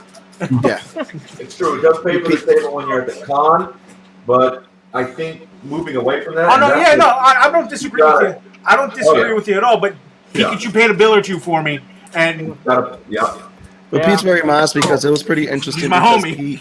Pete created a fan art piece that actually got this writer, Jay Hewer, who's an awesome dude. Amazing writer. Very motivated and like, yo, I want to put together this thing. I want to write this Attack on Cookie. He was going to do a short story, and it turned into... I mashed up Attack on Titan and the Muppets. Wow. and Jay, who's a friend of mine because we were talking about pro wrestling, he was just a friend of ours, actually, and he went to write a short. He had done I forget a lot of the titles. One of the titles is Always Punch Nazis is one of the books he does. It's a local thing out here. He's been on Kickstarter, but he wanted to write a short story. And then he calls me. I'm like, do it. Go for it. I'll illustrate a couple pages. We'll put something out for cons. It'll be great. I'll do a zine for it. I figured, what the hell? You know, and then a couple weeks later, he's like, I wrote a 24-page script. Yeah. I'm like, cool, give it to me. I'll start working on sequentials and character development and stuff like that. And then I read what he wrote, and he actually extrapolated this whole. We ended up creating a satire on fossil fuels and the corporate world, and it's a lot of fun. And I'm just, the little bit that I drew of it sucked, so I have to go back to formula because I know I learned from that mistake. That's the thing I learned in 2020 is like some of the stuff that I self-published was garbage, but that's cool. I can still watch it. I'm not going to burn it. I'm going to watch it so I could learn, okay, I did this wrong. Now what can I do right? And that's actually why I got myself involved in all of this. Some of the places, that was another mistake though. Some of the places where I was in 2020 online was a mistake, but Comics Cast and a couple other places I've learned to talk, and I've learned the community aspect to help, like Sebastian said, because Sebastian and I have been rolling for years, so we've had this conversation. So sorry, I was. No. I guess because I agree with everything Brian's saying. If 2020 has not done anything for us, Heather and others like her that have comic book shops are so much more open to indie creations and taking smaller risks with indie publications because they know that the indie creators are going to put the work in to try to advertise their stuff because they don't have the movies advertising their products like some of the other guys do. So it's the comic book shops that are risking their inventory on us that make it that this year's really cracked that nut open. And so moving forward, that's going to be a way to do business. And with that being said, let's get Heather in here because Heather, what are your plans for? I mean, I just met you just now, and I've heard a little bit about your story, and I want to hear about what you want to do in 2021. I think maybe the secret is that maybe we need to all have lingerie sales in comic cast. That's on my OnlyFans. So I don't know, but Heather, I've heard your story about your group and your phenomenal reach on YouTube. So tell us what your plans are for 2021. What you got planned? Well, this year has been kind of rough. So starting off new, I'm just going forward with what I was working on at the end of 2020. I am terrified of being in front of a camera. So this has been definitely stepping out of my comfort zone. I'm getting better at it. I'm getting more comfortable with it. But I didn't go live until September. So this is a huge difference. I've always done everything behind the scenes. So part of it is getting out in front of the camera, getting more comfortable, seeing how I can help promote indies and help those on social media who've always gone to the cons, who don't know how to have a social media presence, kind of get out there a little more because we don't know what's going on with the cons. This is not a quick fix, so we need to find a way to make sure everyone kind of survives it and works well together. I like the indie community because everybody works together. Everybody tries to help each other, push each other, network with each other. I get so many tags in something like, Heather, check this one out. And, it's different people tagging me all over saying, have you seen this one? Have you met this person? Have you met that person? And I'm newer. I mean, I was behind the scenes up until pretty much August. And then really got in front of the camera in September. But Comics and More has been around since June of 19. So we've made a lot of changes. My life has made a lot of changes, and I'm interested in seeing what happens. I'm building the YouTube. I'm building social media platforms. I'm helping others with the cross promotion and sharing where I can on my social media platforms, whether it's my personal wall, which I have 3,000 contacts now and 1,000 followers, along with the other social media platforms. I've got Pinterest and Twitter and YouTube and Instagram and a few others. And I'm kind of seeing what I can do and get everybody along with me, take everybody with me as I go. And the networking has been huge. And I honestly love my feed. My social media feed is awesome. It's all art and comics and memes and messed up funny stuff and my sense of humor. So I'm having fun and getting more comfortable. I'm going to be kind of winging it. I have to finish getting my store. I have the comic shop online, and then I also have other fashion resale stores. So I'm trying to get all my inventory organized and push all of it at one shot. So I have my hands full. But I'm looking forward to seeing what's coming up and looking forward to actually getting to meet some of you in person. I mean, I'm in Jersey. There's a bunch of you that are not that far from me. Yeah. Minnesota. I'm close by. We established that at the last Creative After Con. I'm gonna have to visit Comics and More in New Jersey myself. I'm in Virginia, Northern Virginia. You're not that far away. I told Sebastian that I'm gonna make a trek up to New York, New Jersey. So I'm gonna hit all the round. I'm gonna go meet all of you guys that I've met online. That's a great story. I think that what you're doing, I think what everybody's doing here is just phenomenal. It's finding that bright spot in an otherwise dark 2020. So I think that's what's really good about this independent community. And I guess we're gonna move along right here. I know that I want to welcome RJ Carter from Critical Blast. I want to say I'm gonna get Timothy to talk a little bit about what he plans to do in 2021, and then we're gonna get Pete and then RJ. We're gonna hear about what you want to do too. So Timothy, go ahead and tell us what you want to do for 2021. All right, so first off, let's talk about a few different things. I'm going to try to keep it brief. We got a lot of people they got a lot of information to put out there. One, I started the hashtag Sovereign Project. I'm the founder, the guy behind it, everything else. And I can tell you right now, with input from guys like Joe, I keep pointing to Joe because I look at Joe as like an inspiration, to be honest with you. One of the things that I like about Joe and several of the other people that I work with is they don't have a problem with hitting you in the face when you need to be hit in the face, with all due respect. Okay, it has to happen sometimes. I was listening to Brian, and Brian is basically telling my story from a different point of view.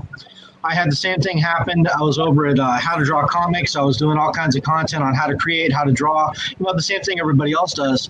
And I went through a couple of months where I got some of the worst, harshest reviews that I've ever had to deal with in my life. I'm not the kind of person that likes that kind of stuff. I like critique. I like when somebody gives you constructive criticism. But I had these people that were completely tearing me down, like to the point where I literally walked away from my board as a grown man, 46 years old. I kid you not, I started crying. I went outside. I was pissed. I'm trying to keep the cussing down, Joe. I apologize. It flows, man. It just flows.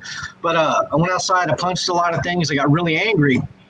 I took a few days off, and then I reassessed, and I went back and I read through all of the hundreds, and I mean hundreds of comments that I had gotten about my approach, what I was doing wrong, how things were going, what the problem was. And I stopped and I looked at it, and I figured, you know what, man, I'm going to treat this like I did back when I used to compete in the martial arts and everything else.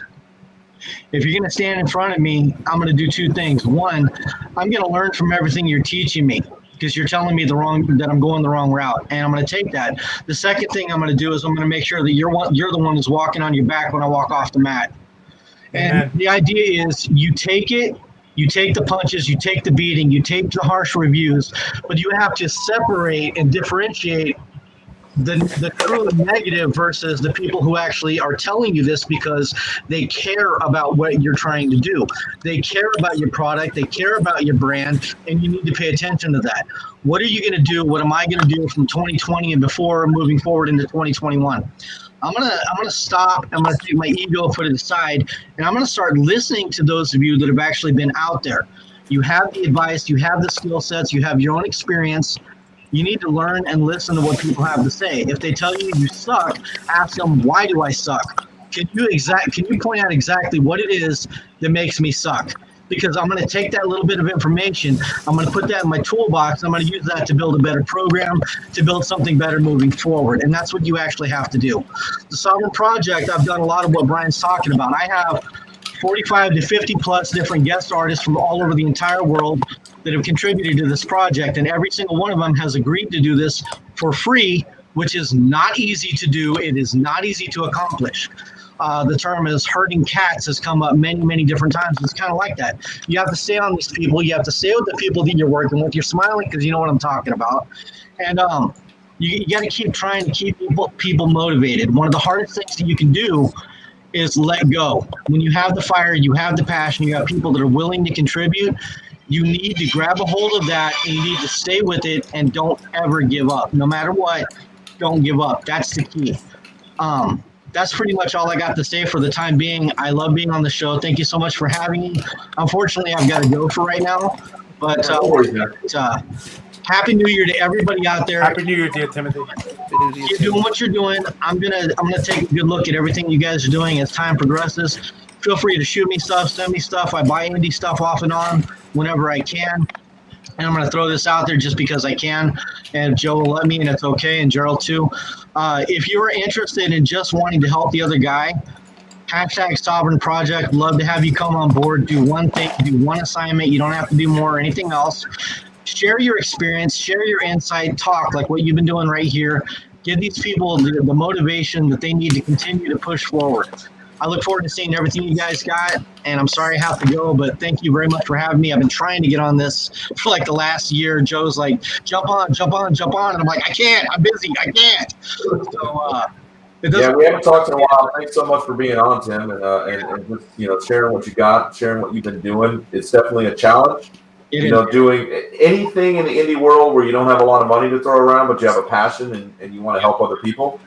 And everyone has to figure out what they can and cannot do to work with others. And you got to sort of make that decision on your own. I think some projects are great for people who are learning, and they can learn things about the pipeline. They can learn things about the editorial element, the writing element, you know. So yeah, I worked with you, Tim, a few times. Never, you know, no expectation of payment, but I learned a lot. I think I did 2 sequential pages, and it was a blast. So anyone who's amazing, by the way. yeah, thank you. Yeah, I learned from them. Anyone who's just starting off or doesn't know who to talk to or what, I mean, I wouldn't say no to go talk to Tim about it. Like you can do some stuff, man. So anyway, good thing that Tim got on and then decided he was gonna chat on the phone. That's fine. No big deal. No, just fine. Sorry about that. Yeah, no, I was just saying it was good. You're good. You're definitely a good outlet to learn from, and you have a project. And you get that project out, then you're published. So it's all sort of where we're all sort of at. Everyone has to make their own decisions of what they can and cannot do. Like it's not you're not going to get Armando on there. It ain't going to happen. Armando's a beast.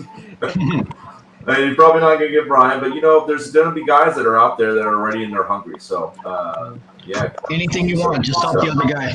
Yeah. Folks, all right, Tim. Unfortunately.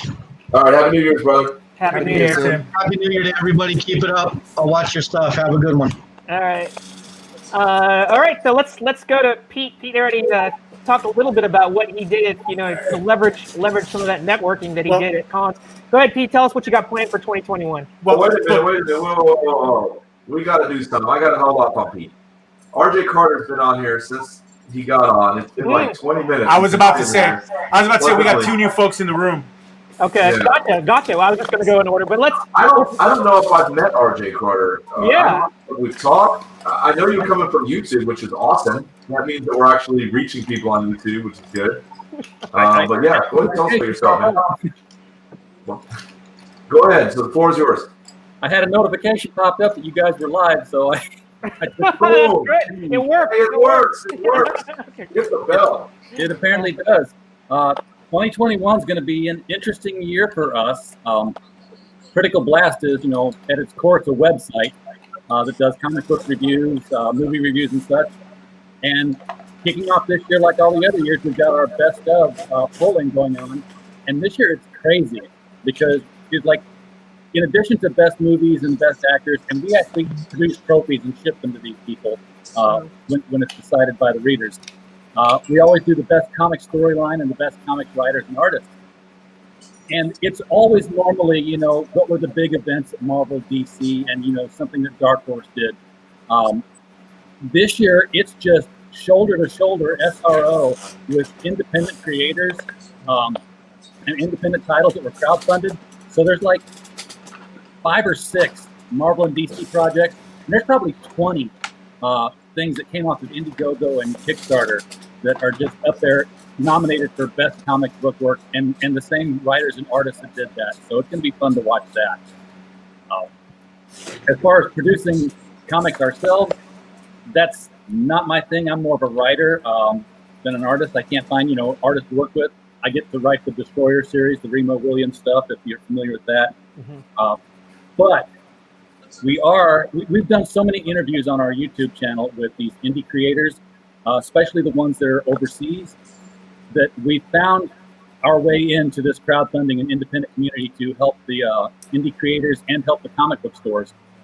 And what we've done is we've branched out into another arena with Critical Blast, with the brand Critical Blast Logistics. What we're doing is we're slashing the shipping costs on projects from the UK and Australia and Canada to where they are competitive or equal to what you would see for a shipping cost for a U.S. crowdfunded book. So we're, you know, that's what we're launching this year. It's already launched. If you're, you know, in the UK or wherever, and you're doing a crowdfunder, talk to us first. We'll get you our rates. Talk over with several different people, showing our business plan. It's sound. It's ready to go. We've got our first client ready to go. Amazingly, he's in the U.S. and I'm like, I can't save you money. He's like, yeah, but you're saving me time because I don't want to do this. I want to get back to writing. And you have a chance. Either put the link in the chat or the private chat, and we'll make sure it gets on the we'll make sure it gets in the chat for sure. I can do that. Yeah, it's I'll just pull the page up right now while we're talking here.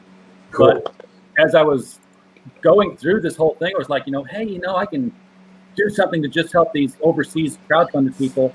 And you're like, you just drop ship 100 copies to us, and then, or whatever it is you sold 100 copies, you send it to one spot. Because it's cheaper to send one box than 100 boxes, right? Yeah, fair. And then we'll take care of it because we know comics. I've been collecting comics for 45 years.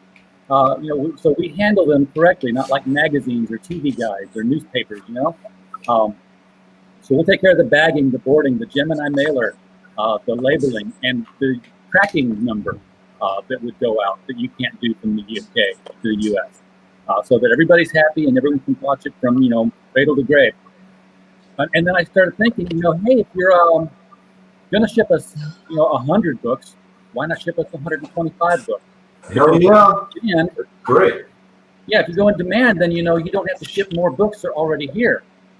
And that's when, you ever had those moments where the light bulb comes on so bright above your head that you're like, you actually hear Handel's Messiah playing? I said, in fact, if you're going to overship 125, once you're printing at that level, overship a bunch.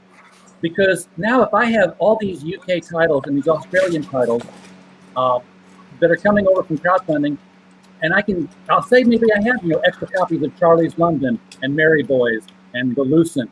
And I'm just throwing titles off the top of my head. I don't have any contact with any of these people yet. I can then go to local comic shops in the United States and say, hey, I have limited print run import comics that you don't have in your stores.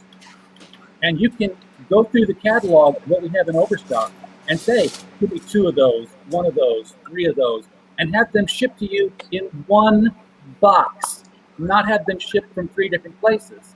So you don't have all that shipping charges being added onto your acquisitions. And then they pay me, I throw the money back at the creators, and I keep the shipping charges. Yeah, that's a brilliant, business. Because I was thinking, in terms of like Roy Mercado is on here. I'm going to pop his. Roy is somebody I just met last year. He's based in the Philippines, and I was just thinking about he's been looking at our independent creators and here in the United States, and when shipping in the United States just domestically can be a challenge, and you can imagine even just going to Canada or going into Mexico. Oh, yeah. There's lots of things.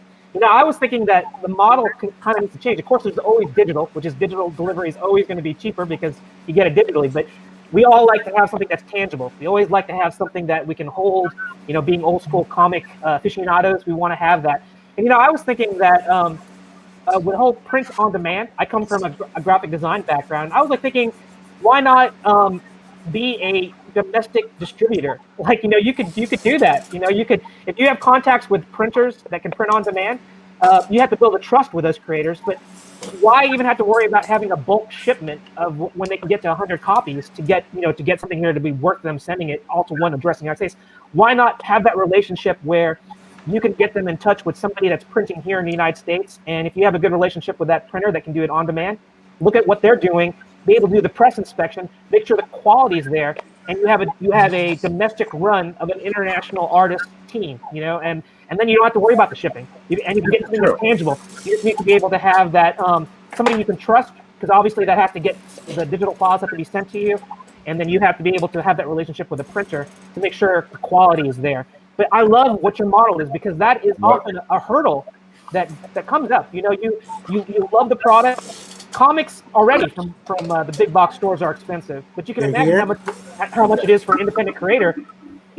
As much as I want to support everybody that I've had a relationship with, it can be very expensive. $20 for one issue. Yeah, domestic printing is definitely one of the options that we provide.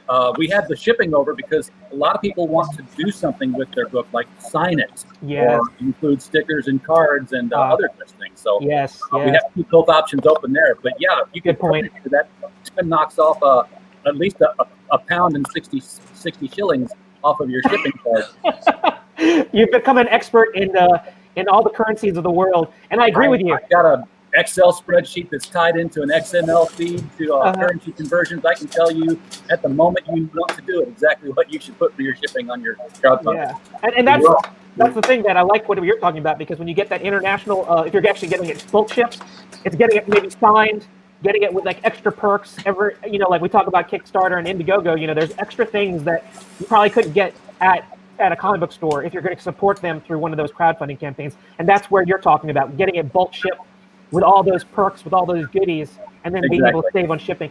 That is something that you can't do. I'd love to have Critical Blast on a future show. We can really dive into this and really give people options on what to know about what you're doing. Same.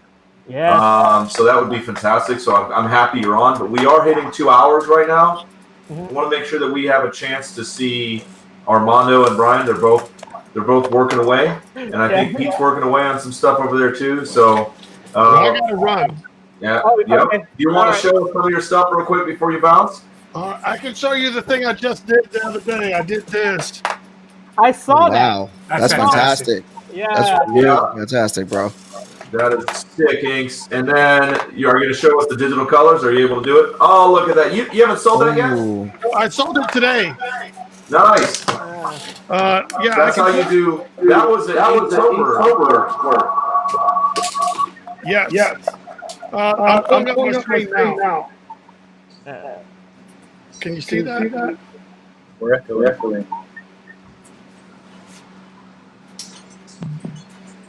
All right. Yeah, I got it right now. Hold on. I had a loose cable. Oh, okay. No, it's me. I loose cable. All right. So I'm finding the picture. Sorry, loose cable. Sorry, I stepped on the cable. How dare you? How dare you? I have a size Damn it, 14 Pete. shoe. I have a size 14 shoe. I can't help it. Damn it, Pete. Look at that.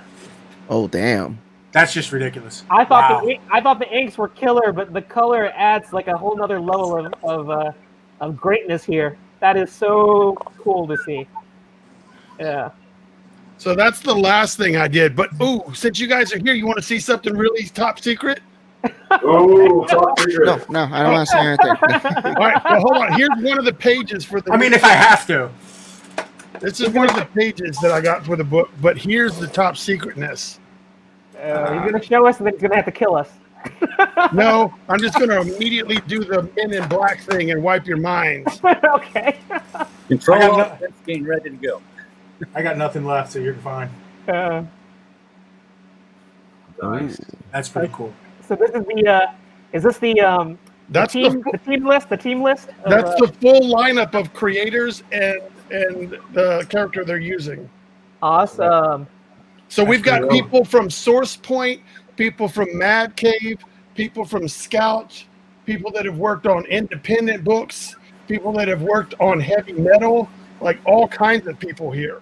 I love Source Point. Yeah. So we all have something to look forward to in April.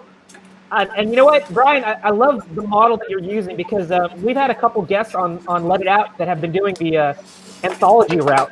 And I think you're onto something. I think you saw a little bit of a trend here. It's a little bit takes a little bit of pressure off creators, because they don't have to do a full book. They can just do like little short stories where they can introduce the characters. You get to test the waters, and you get to see a variety of comic. Characters. It's a smaller ask when you're asking people to donate shit to stuff to something they don't know about. So it's easier for me to ask a creative team, hey, can you put together 5 pages, and then at the end of the Kickstarter, I'll give you as much money as I can. Are you willing to make that gamble with me? And 5 pages is a smaller ask. And it also it increases my network. I've now reached 14 to 18 different people that I've never worked with in the past. And they maybe they really enjoyed their experience, or they liked working with this character, and they're like, Brian, I'd like to do more. Or, hey, I've got a project, so now I can get my name associated with the next thing they're doing, and now I get more eyeballs, they get more eyeballs. It's all this circle of sharing eyeballs. And with this anthology, I'm one creative team, and there's 14 other ones, and they all have an audience that they don't know about me, but when it comes to promoting this project, they will be like, oh, I like John, but let me check out these 14 other guys. And then now everybody benefits, I think, from this. We bring in all these eyes and we should each walk away with more potential customers moving forward outside of this anthology project. So I'm hoping that it's a win for everybody that's a part of it. I'm not trying to make $1 million. I don't need to buy a Range Rover or anything. All I want is to set myself up on an upward trajectory and bring everybody that I come in contact with up another level as well. And I think something like this, I don't think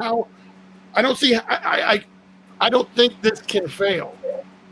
Yeah, I think it's again, this is something that's only possible, I think, if you're an independent creator, when you can have that kind of reach, network, be able to talk to people, just get them excited. I think that's something that's a key point, but that's not glazed over the fact you need to have something that other people also enjoy. If I'm writing a very reduced storyline that only appeals to a small audience, the amount of people that I can also get on doing that project may not feel that they want to write a lesbian character or whatever. And by creating Kara Prime and having such a vast world of characters, you're not pigeonholed to, we may not, you know what I'm saying? It's just so open. So having the creative starting blocks is a big thing. Being somebody that's reliable and upfront and has a personality that blends well with others, that's another big chunk. Then, yes, social media and Kickstarters and everything will make all that work. But you cannot forget those core ingredients because everybody isn't built or their projects aren't built for that kind of stuff. Yeah, I think it's the whole cast a wide net thing that allows you to... Yeah, but it needs to be tightly wound. Like it needs to be a quality net. You don't just want to make some haphazard random thing that you did. Like there's like 3 years of thought put into Kara Prime and the background. So when I hand it to another creator and they can sense that, oh, he's really putting some stuff together. He didn't just say, I want a red guy with a cape and he can fight crime and look like he's basically Wolverine Jr., but we're going to call him something different. So you can see that there's more behind it. And I think that when other creators see that kind of stuff, it inspires them to like, ooh, that sounds like something I could stick my teeth into because it's similar to something I've been working on. And maybe this is my jump off point. So that's the kind of stuff that I'm trying to put together, man. It's brilliant. And I appreciate you taking time because I know that your grandkids are probably like beating down your door ready to... No, they're coming tomorrow. I just got to clean everything up. Oh, okay. Yeah. You got to lock all that stuff up. I got to bring down all those comic books and all those shipping and all the art and bring it down here into the dungeon. In the dungeon, the creative dungeon. The creative cave. Yeah, but Brian, I have been a fan and I really glad to have met you in 2020. And I know that you guys are still, I'm glad that, that you guys at Comic Cast, Joe started with one thing and pivoted onto something else. And then now through the success of, you're creating a network of creative people. And even though that I may not work with all these people, there may be something that I said that connects with someone, or I may tune in and hear somebody else say something. So as long as you guys are hosting the content and having people on that are not just sitting there trying to sell you stuff. Hey, check out this new thing I got a thing. Like, well, shit, I can go to any Facebook group and listen to all these different things that everybody's working on. Nice. I don't want to be sold to. I want you to open my eyes to a new way of thinking, to a new way of doing something, to something that worked for you. Give me some sort of testimonial. That's the shit I need. I've been taking notes I take notes when you speak, Brian. So I know I've interviewed you once or twice before other places, but I've definitely taken.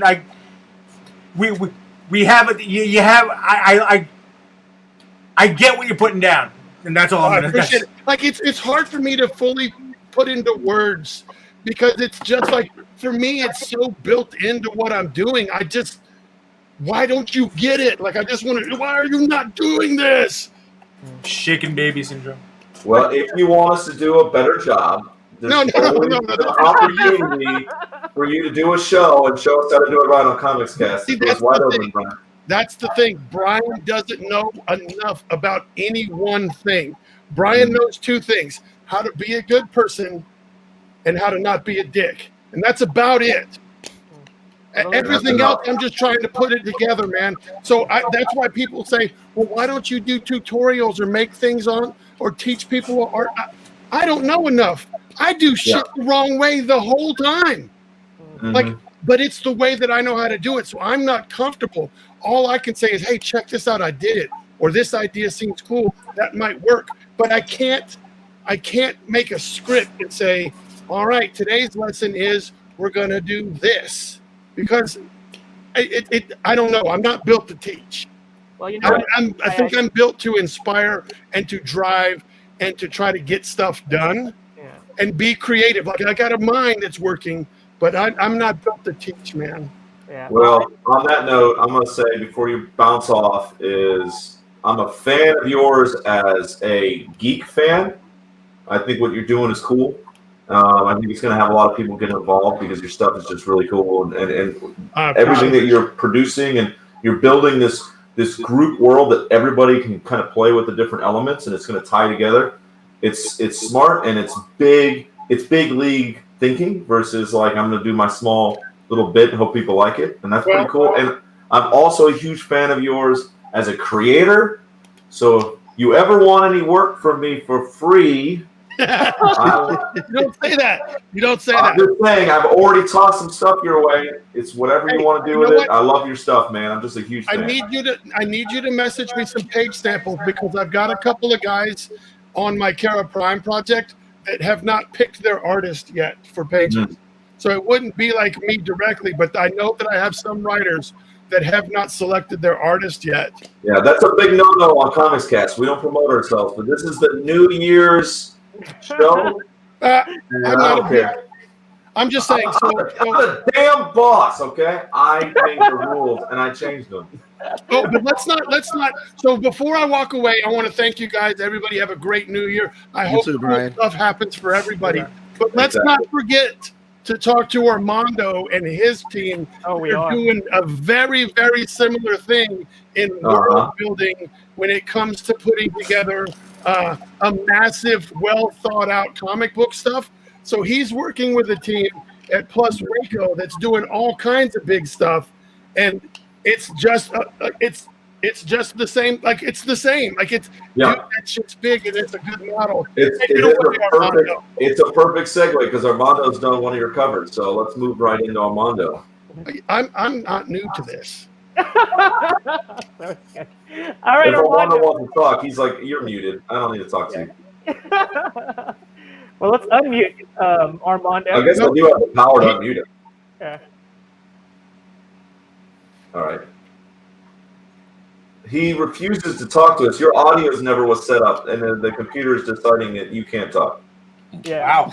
There you go. Oh, there he is. Oh, yeah. Armando. Hey, guys. Hey, man. Happy New Year. Happy New Year. Hey, we're not going to be on much longer, so I just want to give you a chance to talk and give Pete a chance to talk and sort of sign out. But I'll see you later, Brian. All right, Armando.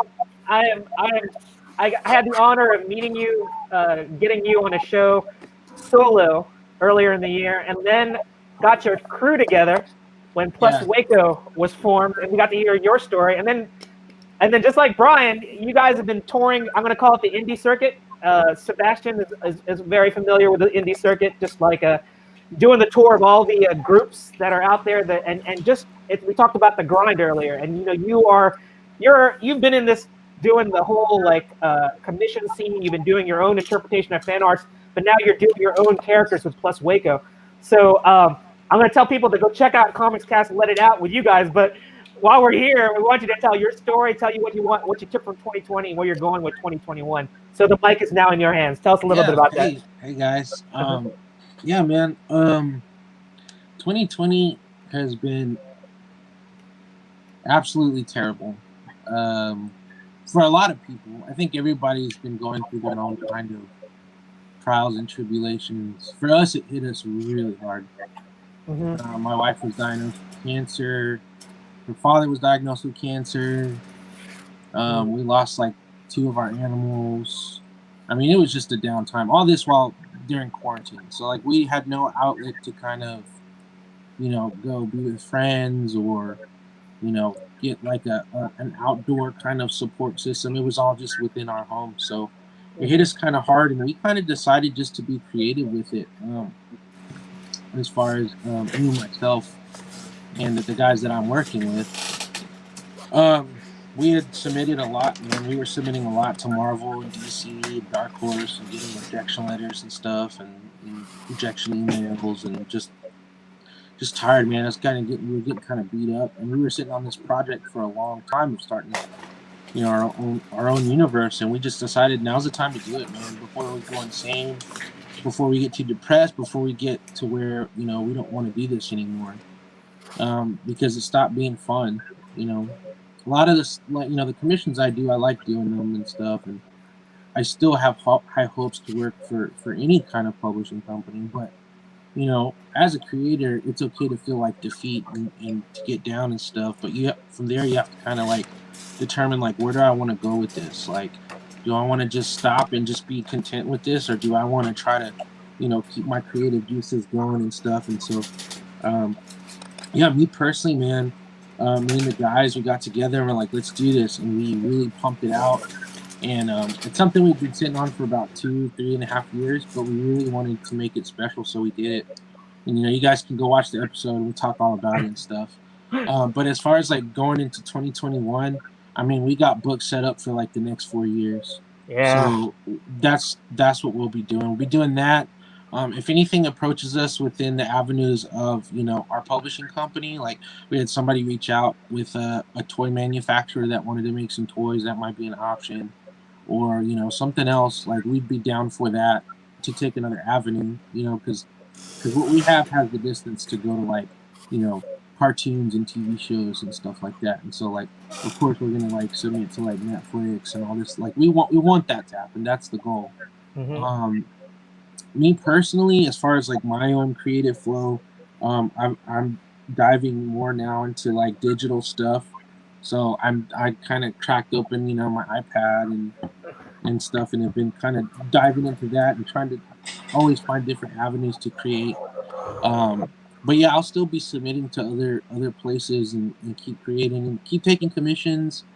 And I don't know about like, conventions. Like my biggest thing through the whole pandemic was to try to be constructive and creative with other people as possible. Like, and so I took a lot of like, lowered my prices. I was willing to, I did some free work for some people.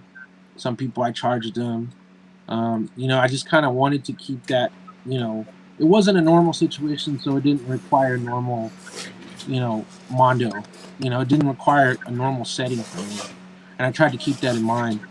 And so as far as 2021 goes, I'm going to kind of keep that same momentum going, being open to new avenues of creators and writers and artists and collaborations and things like that.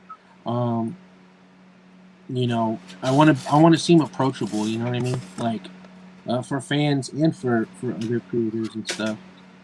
So those are some of my biggest goals, is to be like more approachable, to keep creating, find new avenues, to still create, to still submit, and to not lose that passion for creating. So that's kind of the summary of what we've been going through over here.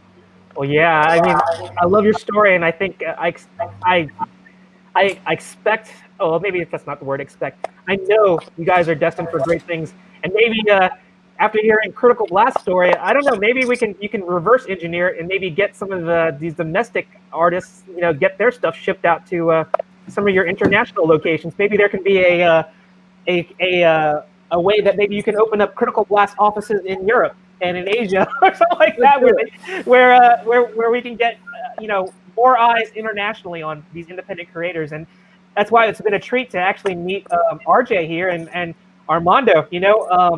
I think that maybe you might have some networking here where we can try and figure out where we can get some reverse. We can do international coming to America. Maybe we get America going out international as well. Yeah.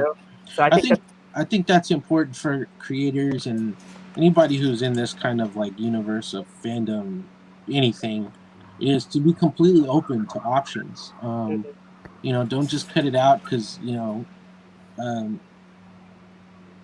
you can get salty with companies, right? Like, oh, I submitted to this company like 5 times and they keep rejecting me. Like, I'm never gonna buy Marvel again, or I'm never gonna, read Batman again. Because you never know, man. Somebody might come up to you and be like, hey, would you like to draw this like Batman comic? And then they go to your Facebook feed and see how you've bashed every creator that's drawn Batman. Like, you know what? This wasn't the move for us, If I got mad at Marvel or DC for every rejection letter I ever got in the 90s. Yeah, so it's like you want to keep that. I mean, it's okay to be frustrated and to vent a little bit, but know who you're venting to and have a good support system and keep rocking it. One rejection letter from DC Comics. Granted, I only submitted them one thing, and I was 11 years old, and Victor General signed the letter. But it was very nice and missed opportunity, huh? Missed opportunity for them, man. Yeah. But I think, and that's also let that fuel you. Like if you don't like an artist and you see they just got a gig with something, that's healthy competition. And we talked about it on the show. Me and Danny, we have healthy competition. Yeah. I'm always challenging myself against him, and he's always saying, challenging against me, and we're like best buds, man. But, in my head, I'm thinking, man, that's trash. I can do that better. And then, it's not. But I have to tell myself to make that better. You know what I mean? And I think it's okay to do that. Healthy. Yeah, I mean, but yeah, look at that and like be open, man. Like if somebody says, hey, can you draw me this? And you say, yeah, my rates are like, $100, and they say, oh, I can't, man. I only have 70. Like if it doesn't hurt you to do it for 70, do it, man. Like. What's it gonna hurt you? That kid's that whoever bought it from you is gonna be happy that they got commission. You got some gas money for the week. Yeah. You have the ability to. That's the beauty of being in this industry of creators is you can set at any point what you want. I can make an official like commission list or page rate or ink rate or pencil rate, and then if somebody makes me an offer and I want to do it, that's my prerogative. And if word gets to mouth to somebody else and they come and say, hey man, I heard you did these pages for $50. Now, I gotta charge 90. Well, you did it for something. I know, but this time I have to charge 90. You don't have to be mean about it. That's not insulting. Everybody's trying to make it in the industry at the most, feasible, easiest, less stressful way as possible. But you have to make it work for yourself also. Yeah, your fingers are kind of like Amazon prices for books.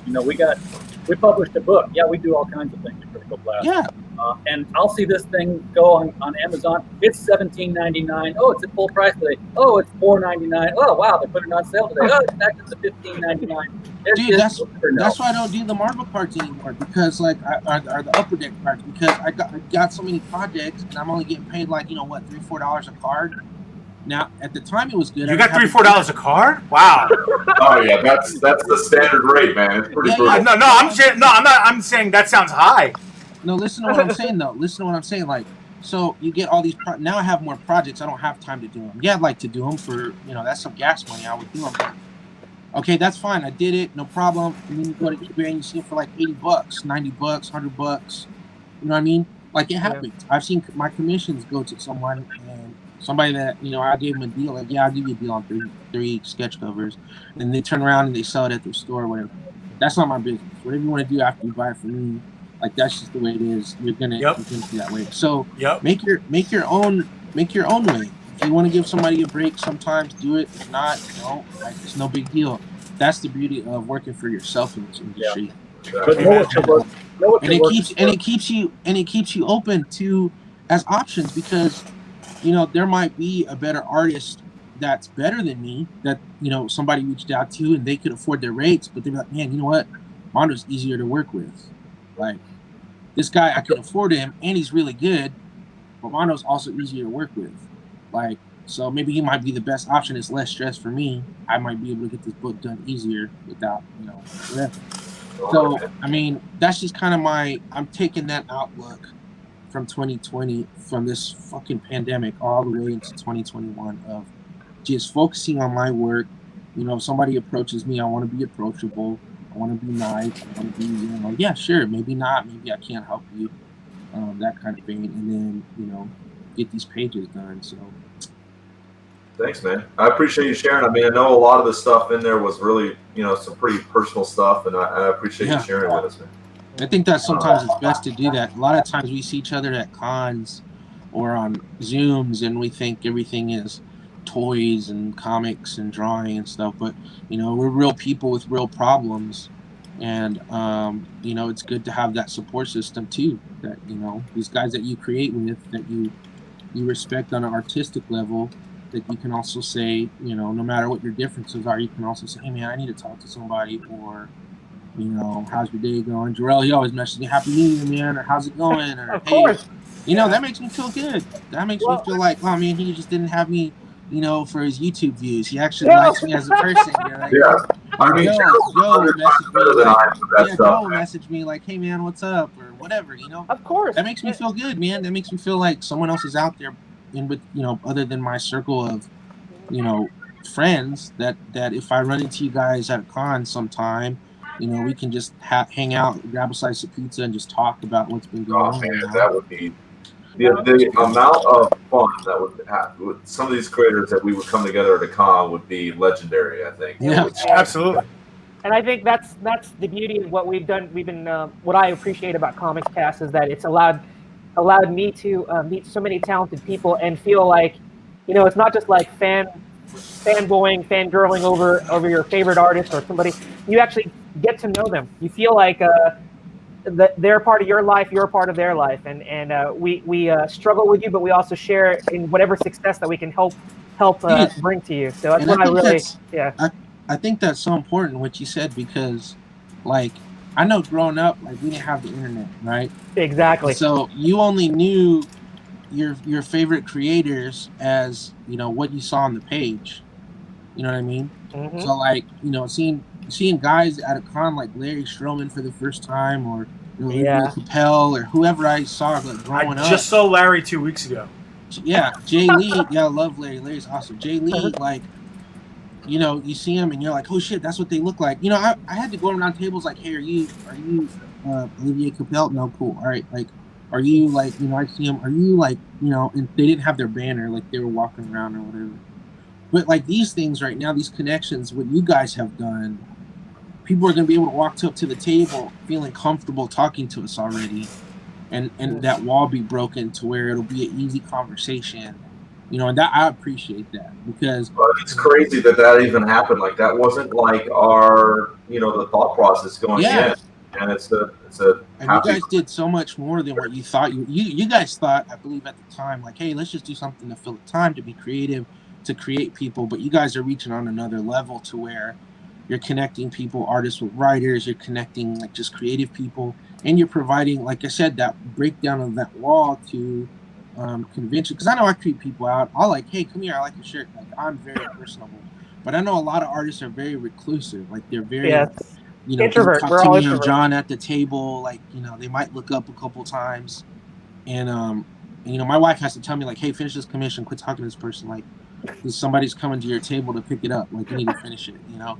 And so, but you guys created that to where it's not so awkward, you know, it's not so, you know, you feel comfortable walking up to a creator's table, and it's easier to, hey, you know, I saw you on Comics Cast, I liked your book and this and that and stuff. So that's great. It's great, man. Like, I very appreciate you guys, and any, you know, anything you guys need, whatever, you know, I'm down to help. That's so backwards the other way. I think you just gave me a thumbs up when I said that, hey, so let's see if you can do the show today. And it was like, yeah, totally. Yeah, man. I mean, anytime, you know, so. Yeah. And like I said, I mean, I did create, the vision was to always connect creators with each other, connect creators with fandom. But the idea of making people comfortable to be able to interact with each other is fantastic. I didn't, you know, it wasn't definitely the plan for sure. But, yeah, I've got a vehicle driving up the road here. There's been a lot of happy accidents. There's been a lot of growth in the community while we've been doing it, while other people have been doing, like Pete. And it's a surprise. I definitely made a lot of mistakes with this, 8 months that I've been doing it, or whatever it's been now. Dude. But all we can do is grow and move forward, and hopefully some of the, let's say, disconnections that I've made, I can reconnect in the future. Yeah, man. I don't hold any ill will towards anybody, for sure. Dude, mistakes are a dime a dozen. Jarrell, like, it's funny because Jarrell's been hitting me up for, like, he's big time now. He's selling commissions and all. Whatever. Dude, he's been hitting me up about, hey, how should I price and stuff. And I have kind of a set thing that works for me, but man, it's been trial and error. Like, I think about all the people that paid so much money for my garbage like three years ago, and I'm like, dang, I hope they come by my table at some point so I can be like, you're the person that bought that expensive, Spider-Man that was garbage. Here, take a free book, take a free original page, something. Don't even think of it that way, because if anything that I've learned is that at that moment in time, they loved your artwork enough to support you at that moment in time. That's true. And so you shouldn't. Now, if you want to be that way and be charitable to them, that's completely good. That's something that comes from you.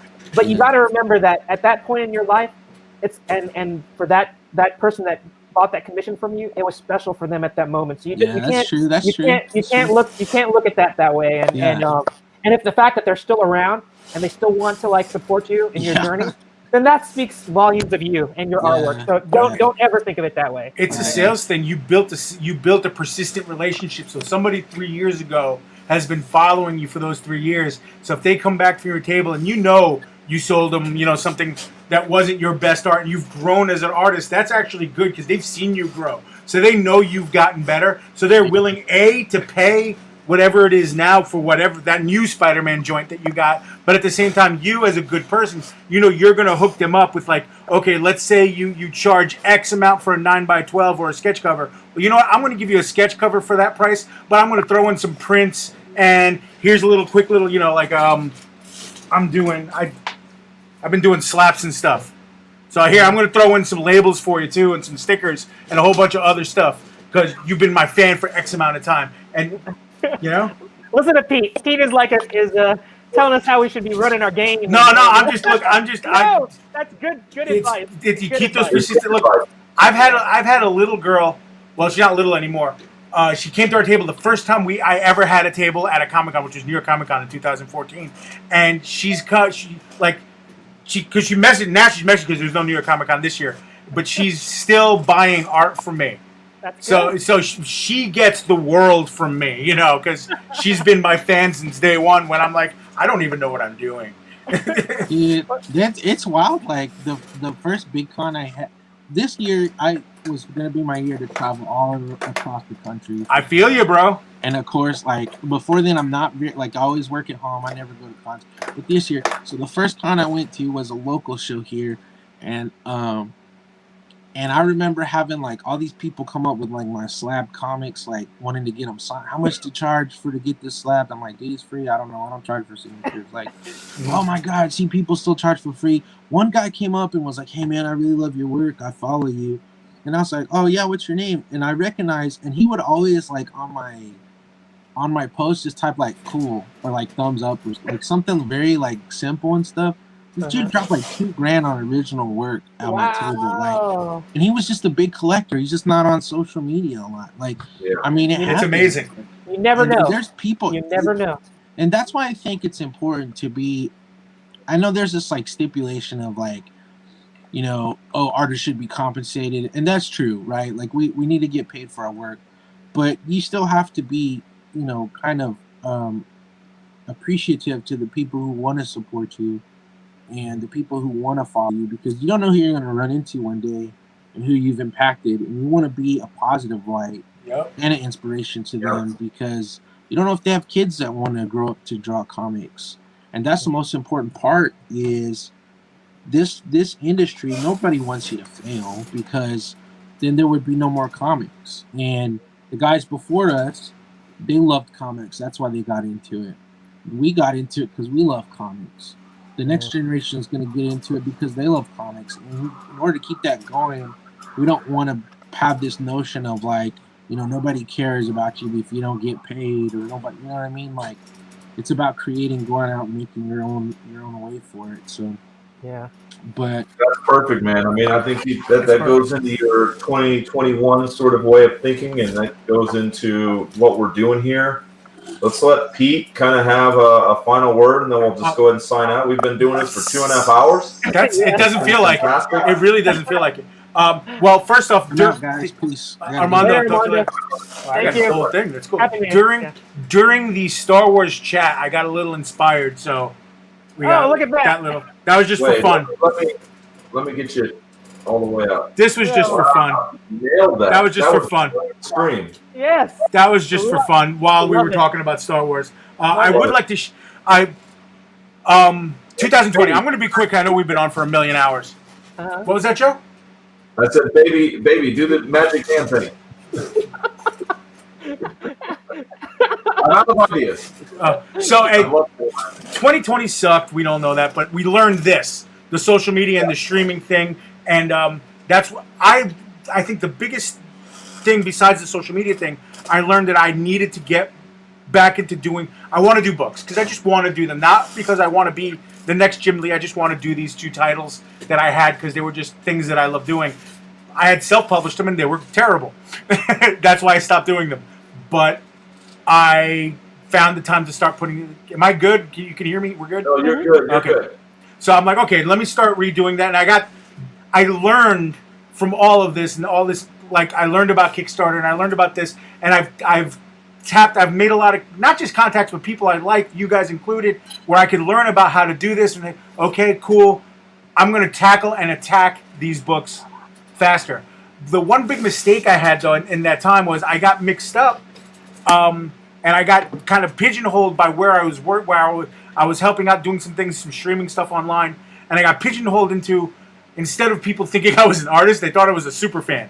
And I'm like, no, I look, I have ink all over my hands always. Like, no. So I got out of that, and that's why I jumped onto Twitch. Like we said before, YouTube is a labor of love, and I think YouTube is fantastic, and I got nothing negative to say about YouTube. I just don't think it works for what I do. I found Twitch to be a lot better. There's a better community for art and drawing live on Twitch than there is because I can do more things there. They can be involved. I can do more with reward points and my subscribers and stuff. It's just like I went from having no presence on Twitch where I'm an affiliate now.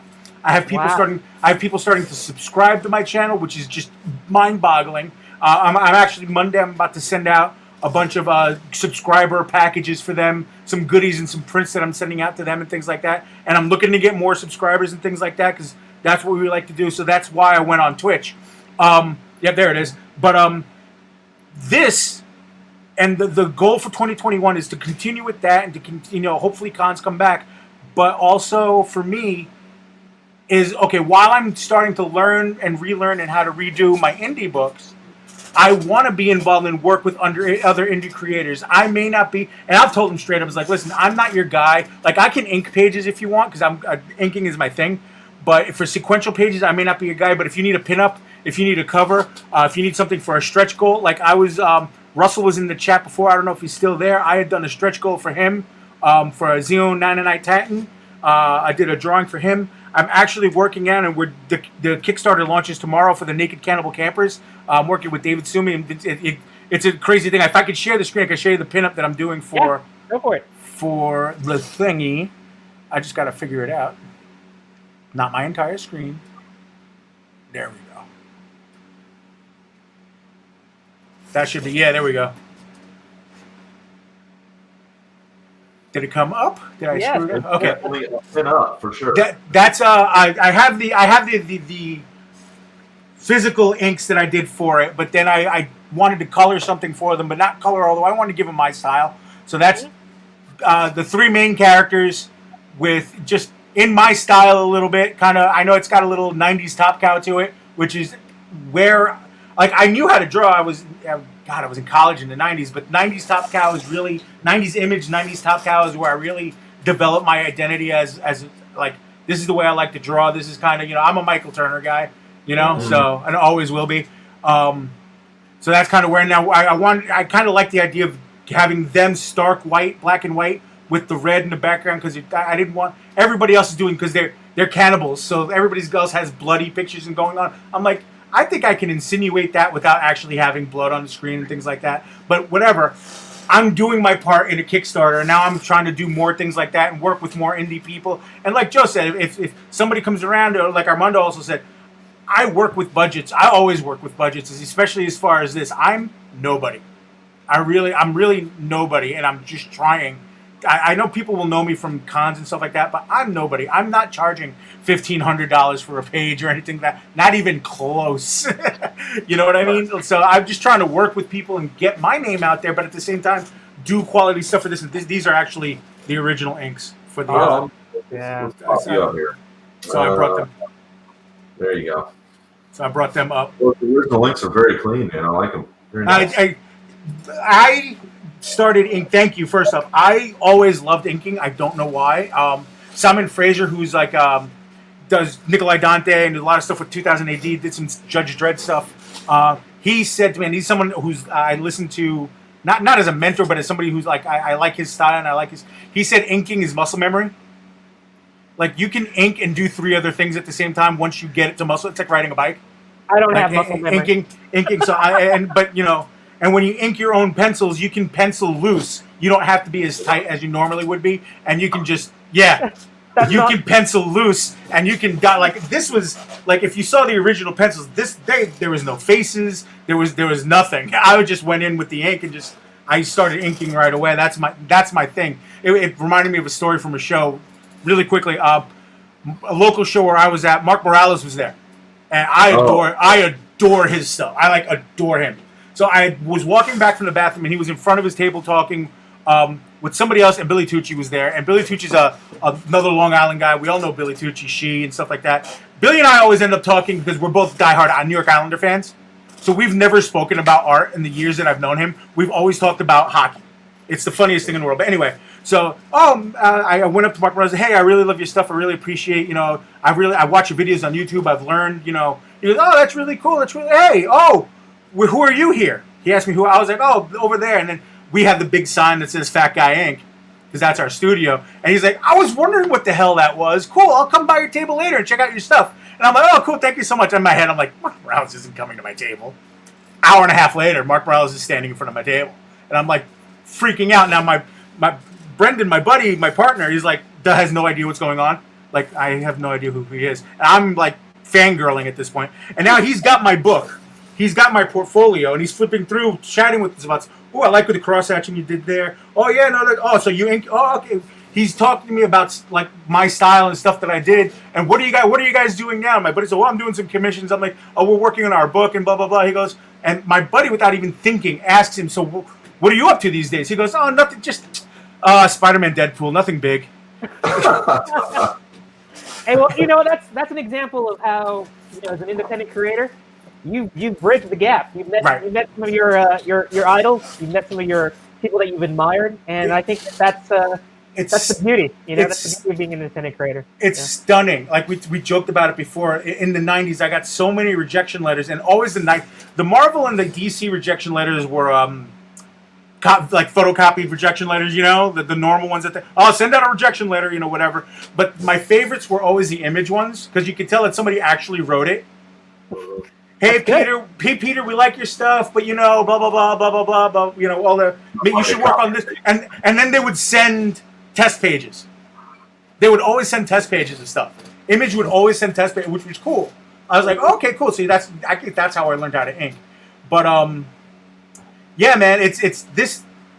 I think we talked about it, so I'm not going to refurbish it or re-talk about it. But the community that we've built and doing things the way we're doing right now is moving forward, and if we can all have the energy that Mr. Silverback has, we'll be fine. That's great, and that's some great words of wisdom, and I'm so glad that we got to close out the show with your final thoughts. I appreciate that. We need to do it more often. Oh, yeah, that's always open to get you on as a guest host or to promote a show, whatever you want to do. We should definitely have a chat and figure some stuff out because my job. I got furloughed in March, and then my job closed for good in July, so I'm a full-time artist. Well, then we will definitely have you on the schedule for some Excellent. a Let It Out or an ART if Joe wants to bring that back. We're Yeah, and that being said, I mean, so talking about the show a little bit for Comics Cast, and this will be my closeout, and then Gerald can close the whole show and everything and do the whole deal. So Comics Cast moving forward, we are going to add a show. We've already sort of added some things that we're doing, cutting shows, putting little bits out there for YouTube and Facebook to sort of promote a little bit better.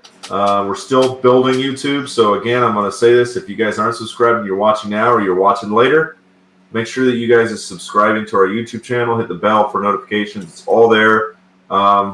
And yeah, there's going to be a whole lot more coming. And as we keep hitting some quote unquote stretch goals with YouTube, we'll start putting out, giving giveaways, artwork that we're doing, all that sort of good stuff. That being said, for me personally, Comics Cast is a big part of what I'm doing, but I'm also an artist. Gerald's also an artist. We have goals as a team to build a comic in the new year. So that's also a big thing. We've got the app for Comics Cast. It's going to be a big deal. It's restructuring the Comics Cast website. So it's more of a Netflix style thing. So it's easier for people to follow and watch different videos. Also, what I'd like Comics Cast, because Comics Cast it was meant to be a thing where we networked, we had relationships, and we were able to build and grow. Hopefully I didn't just freeze now that I'm talking, but anyway, you guys froze, so it might have been me. So it was meant to be like this thing where we connect with creators, we let creators connect with each other, creators connect with fans. That was the three pillars of what it was about, and the number one rule when we created this was it was about indie creators. It wasn't about us. So that's what we always try to stick to. But that being said, as Comics Cast created, it turned into its own thing. And I always was like, how do we bring people like Pete in that have their own shows? How do we bring other people that have their own shows? And how do we create a network that allows them to get exposure and also extend out for indie creators? And I think going forward, using the website as that platform may be the best way to go, because what that allows us to do, and I'm just going to talk out to the world on this, and Gerald and I haven't really had too much discussions on this, but making the website into its own platform will allow us to have other creators on that website. And what that does is every single person that watches it on that website, those creators will get those views. So I think that might be a way to sort of tie in the media groups that we're all sort of separate, but we're all helping. And that's really Comics Cast. My goal from the beginning was always to tie all of us together as creators and now as media elements. I think just like anything else in the indie world, we're all doing our own little pocket thing. And if we unify, that's where the power is. And so every single decision I make is about unifying us, unifying the fan base, and now unifying the media groups. So I think there's a lot of us out there that are doing the same thing in our own pockets. So that's always going to be a challenge moving forward. That's going to be one of the big things. For me personally, though, I'm going to learn how to paint this year. That's going to be my big thing. I'm going to learn how to paint. I'm going to do a lot more fan art that's specific to, that's what I'm talking about. That's specific to indie creations, really pushing, working with indie creators on their stuff. So that being said, I'm going to show you guys what I've got here that I'm working on. Some people that have been on my page have already seen this. So I'm going to go ahead and bring it up. So Look at that. Yeah, that's phenomenal. Let me solo you out there. There we go. So go ahead. Yeah. This is characters from Dragon Rage. Mm-hmm. It's got all their guys on there doing their thing, and this is not no one's commissioned me to do it. There's no promise of work, but I think we all as creators have to decide to go out there and sort of knock on some doors and show our work and see what people think. So that's what I'm doing. I'm going to keep pushing forward on that, and then keep making Comics Cast awesome. So we'll have one more show. It'll either be a Friday or Saturday show, more than likely, and we'll see what happens, man. So that's me. That's me in a nutshell. I love what's going on. Roy is still with us. It's like 4 50. It's like almost 5 o'clock in the morning in the Philippines, and he's still watching it. So Roy, thank you. Be inked. I'm going to be inking it very soon. Yeah. So it'll be good. cool. That's what I have, man. More to follow in 2021. We're going to be here. We're going to keep building, and it'll just keep getting better and better. So that's all I got. And thank you to everybody who was on the show today. Make sure you guys subscribe. Yeah.